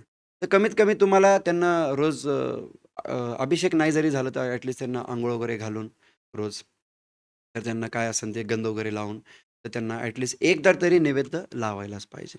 बरं, पंचधातूमध्ये आले तुम्ही, तर तुम्हाला कमीत कमी 3 ते 4 वेळा नैवेद्य लावणं आहे. सकाळी नाश्ता, दुपारचं जेवण. बरं. जेवढं आपण करतोय, हं, तेवढं आपण करतोय. सकाळी नाश्ता केला, दुपारी जेवण केलं, परत संध्याकाळी थोडाफार नाश्ता केला आणि परत संध्याकाळी 8ला जेवण. हं. हे जे शेड्यूल आहे, हे शेड्यूल ठेवणंच आहे. ज्यांच्याकडे पंचधातू मूर्ती आहे. कारण की पंचधातूमध्ये कसं होतं, ती सेवा वगैरे आहे. तिथनं महाराज सेवा घेतात. धातूतून महाराज काय करतात? सेवा साक्षात घेत. येतात ना महाराज. तुम्ही हं. आरती करताय, तुम्ही पूजा करताय. जर त्याच्यात कोणी येणारच नसेल, तर तुम्ही कशाला पूजा करताय ना? बरोबर. तुम्ही पूजा करताय म्हटल्यावर तुम्ही त्यांना स्वीकारलेलं आहे. हं, तुम्ही मानलेलं आहे त्यांना. स्वीकारलंय आणि मानलेलं पण आहे. हं, मग जे आपली प्रॅक्टिकल सर्व्हिस काय आहे? हं. त्यांना नाश्ता लावणे, नैवेद्य लावणे, त्याच्यानंतर परत नाश्ता लावणे, परत नैवेद्य परत लावणे, नाही. रात्री परत महाराजांना झोपवणे. हं, हं, हं, हं. थंडी असेल तर थोडं काय ब्लँकेट वगैरे काय स्वेटर हं. वगैरे स्वेटर शिवणे वगैरे. किंवा गरमी असेल तर फॅन वगैरेची सुविधा. हे करणंच हे प्रॅक्टिकल सर्व्हिस आहे, सेवा हं. आहे. हे वाह! उच्च कोटीची सेवा. हं. हे करणारा व्यक्ती उच्च कोटीची सेवा करतोय महाराजांची. वाह! हे करणंच आहे त्यांना. हं, हं, कारण की नॉर्मली फोटोमध्ये ॲडजस्टमेंट चालते. आर्टिफिशियल मूर्तीमध्ये बी थोडीफार ॲडजस्टमेंट चालू शकते. पण ज्यावेळेस मेटल येतं, पंचधातूचं. नाही ती सेवा वगैरे. तुम्हाला तिथं नियम स्ट्राँगली नियम पालन करण्याचे. बरं. हे करण्याचे.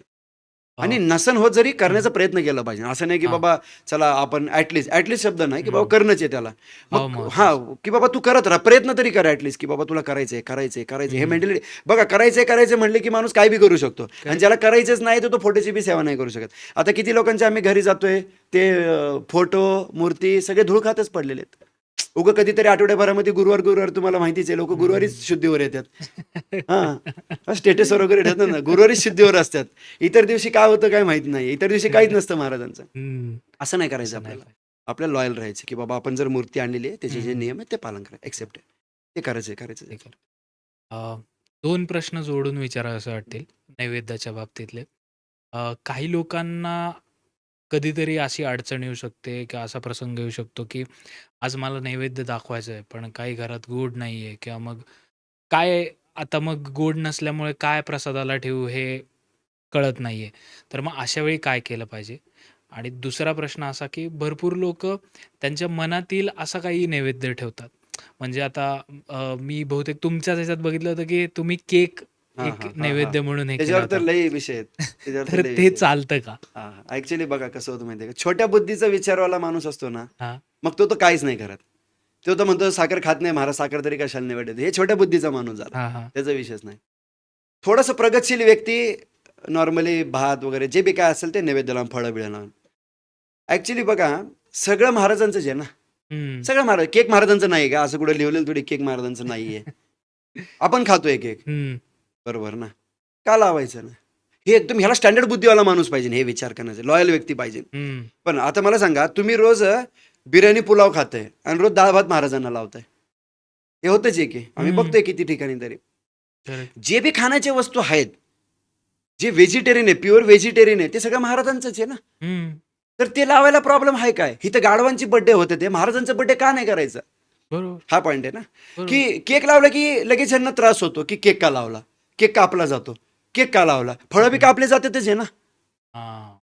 केक ते म्हणतात चाकूने केक कापला जातो. ठीक आहे, तिथं चाकू प्लास्टिकचा असतो किंवा हं. आपलं वुडनचं चाकू असतं. मग तुम्ही तर फळं तर कापूनच लावताय की. मग ते बरोबर. कशाला कापताय? भाजीपाला बी कापतातच आहे की तुम्ही.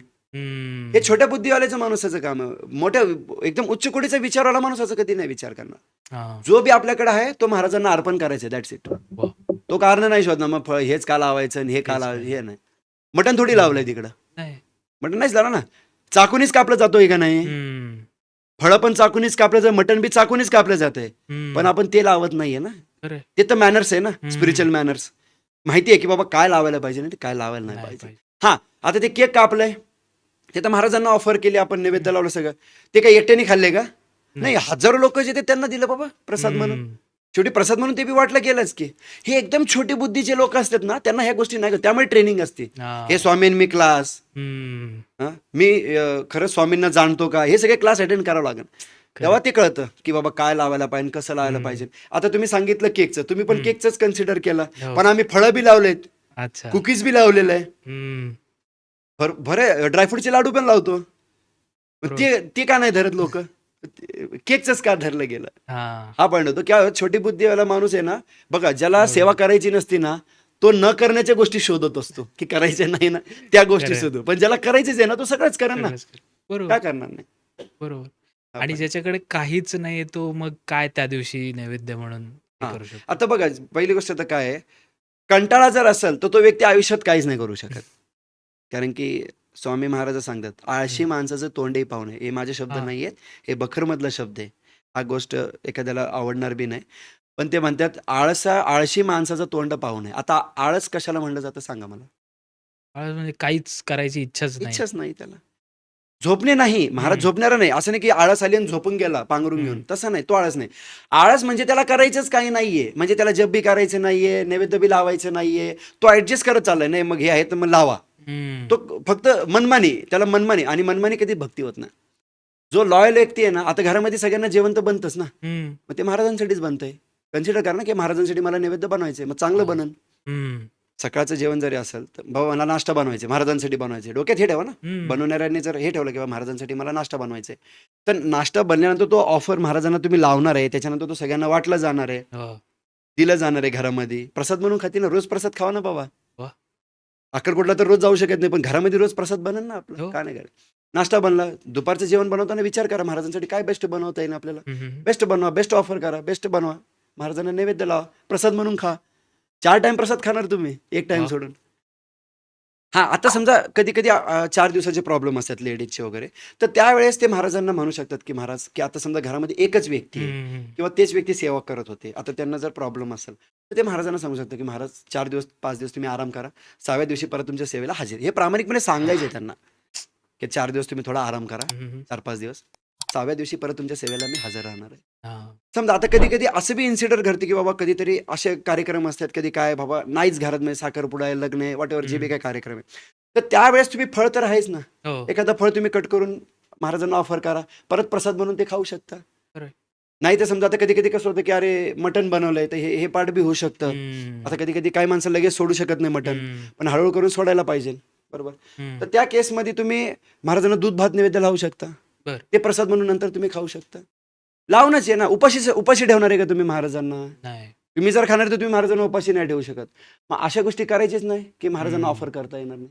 तर नॉनव्हेज तर अलाउड नाहीच आहे शक्यतो. खरं आहे. असं त्यामुळे झालं. करू शकतो माणूस, काही विषय नाही. वाह! महाराज तुम्ही आलात पॉडकास्टवर आणि आपण एवढ्या मस्त गप्पा मारल्या. त्याबद्दल तुमचे खूप खूप आभार. आणि जाता-जाता तुम्हाला काय प्रेक्षकांना सांगा? एकच विषय आहे, की प्रत्येकाने महाराजांना जाणून घेणे आणि जे नियम आहेत, ते नियमांचं पालन करणे. कारण की नियमांचं पालन आपण हळू करत राहिलो, तर आपण एक चांगली भक्ती करू शकतो आणि एक चांगला भक्त बनू शकतो आणि आपला हा जीवन सफल करू शकतो. वाह! तुम्ही पण खूप सुंदर, सुंदर प्रश्न विचारले मला. त्यामुळे तुमचाही धन्यवाद. तुमचेही खूप खूप आभार महाराज. मी प्रेक्षकांना सांगू इच्छितो, की तुम्हाला जर महाराजांनी जे काही क्लासेस सांगितले, त्यात मग स्वामी आणि मी असेल, तर त्यांनी ज्या परीक्षा सांगितल्या, याच्यामध्ये जर तुम्हाला तो पेपर सॉल्व्ह करायचा असेल, तर डिस्क्रिप्शनमध्ये नंबर दिलेले आहेत. त्याच्यावर जाऊन कॉन्टॅक्ट करा. जर तुम्हाला सेवा द्यायची असेल, तर त्यासाठी पण तुम्ही कॉन्टॅक्ट करू शकता. जर तुम्हाला सोसायटीमध्ये किंवा तुमचा एक छोटा एक आपण मठ म्हणूयात, तो जर असेल आणि त्याच्यामध्ये तुम्हाला महाराजांना बोलवायचं असेल, त्याविषयी पण तुम्ही कॉन्टॅक्ट करू शकता. सगळे डिटेल्स जे आहेत ते डिस्क्रिप्शनमध्ये दिलेले आहेत. तर महाराज तुम्ही आलात, एवढा वेळ दिला त्याबद्दल खूप खूप आभार. आणि आमचं पॉडकास्टचं एक रिच्युअल आहे, की आम्ही पॉडकास्ट एंड करताना फिस्ट बंपने पॉडकास्ट एंड करतो आणि श्री स्वामी समर्थ म्हणतो. तर आजचा आपण पॉडकास्ट एंड करूया. ते स्वामी समर्थ. धन्यवाद.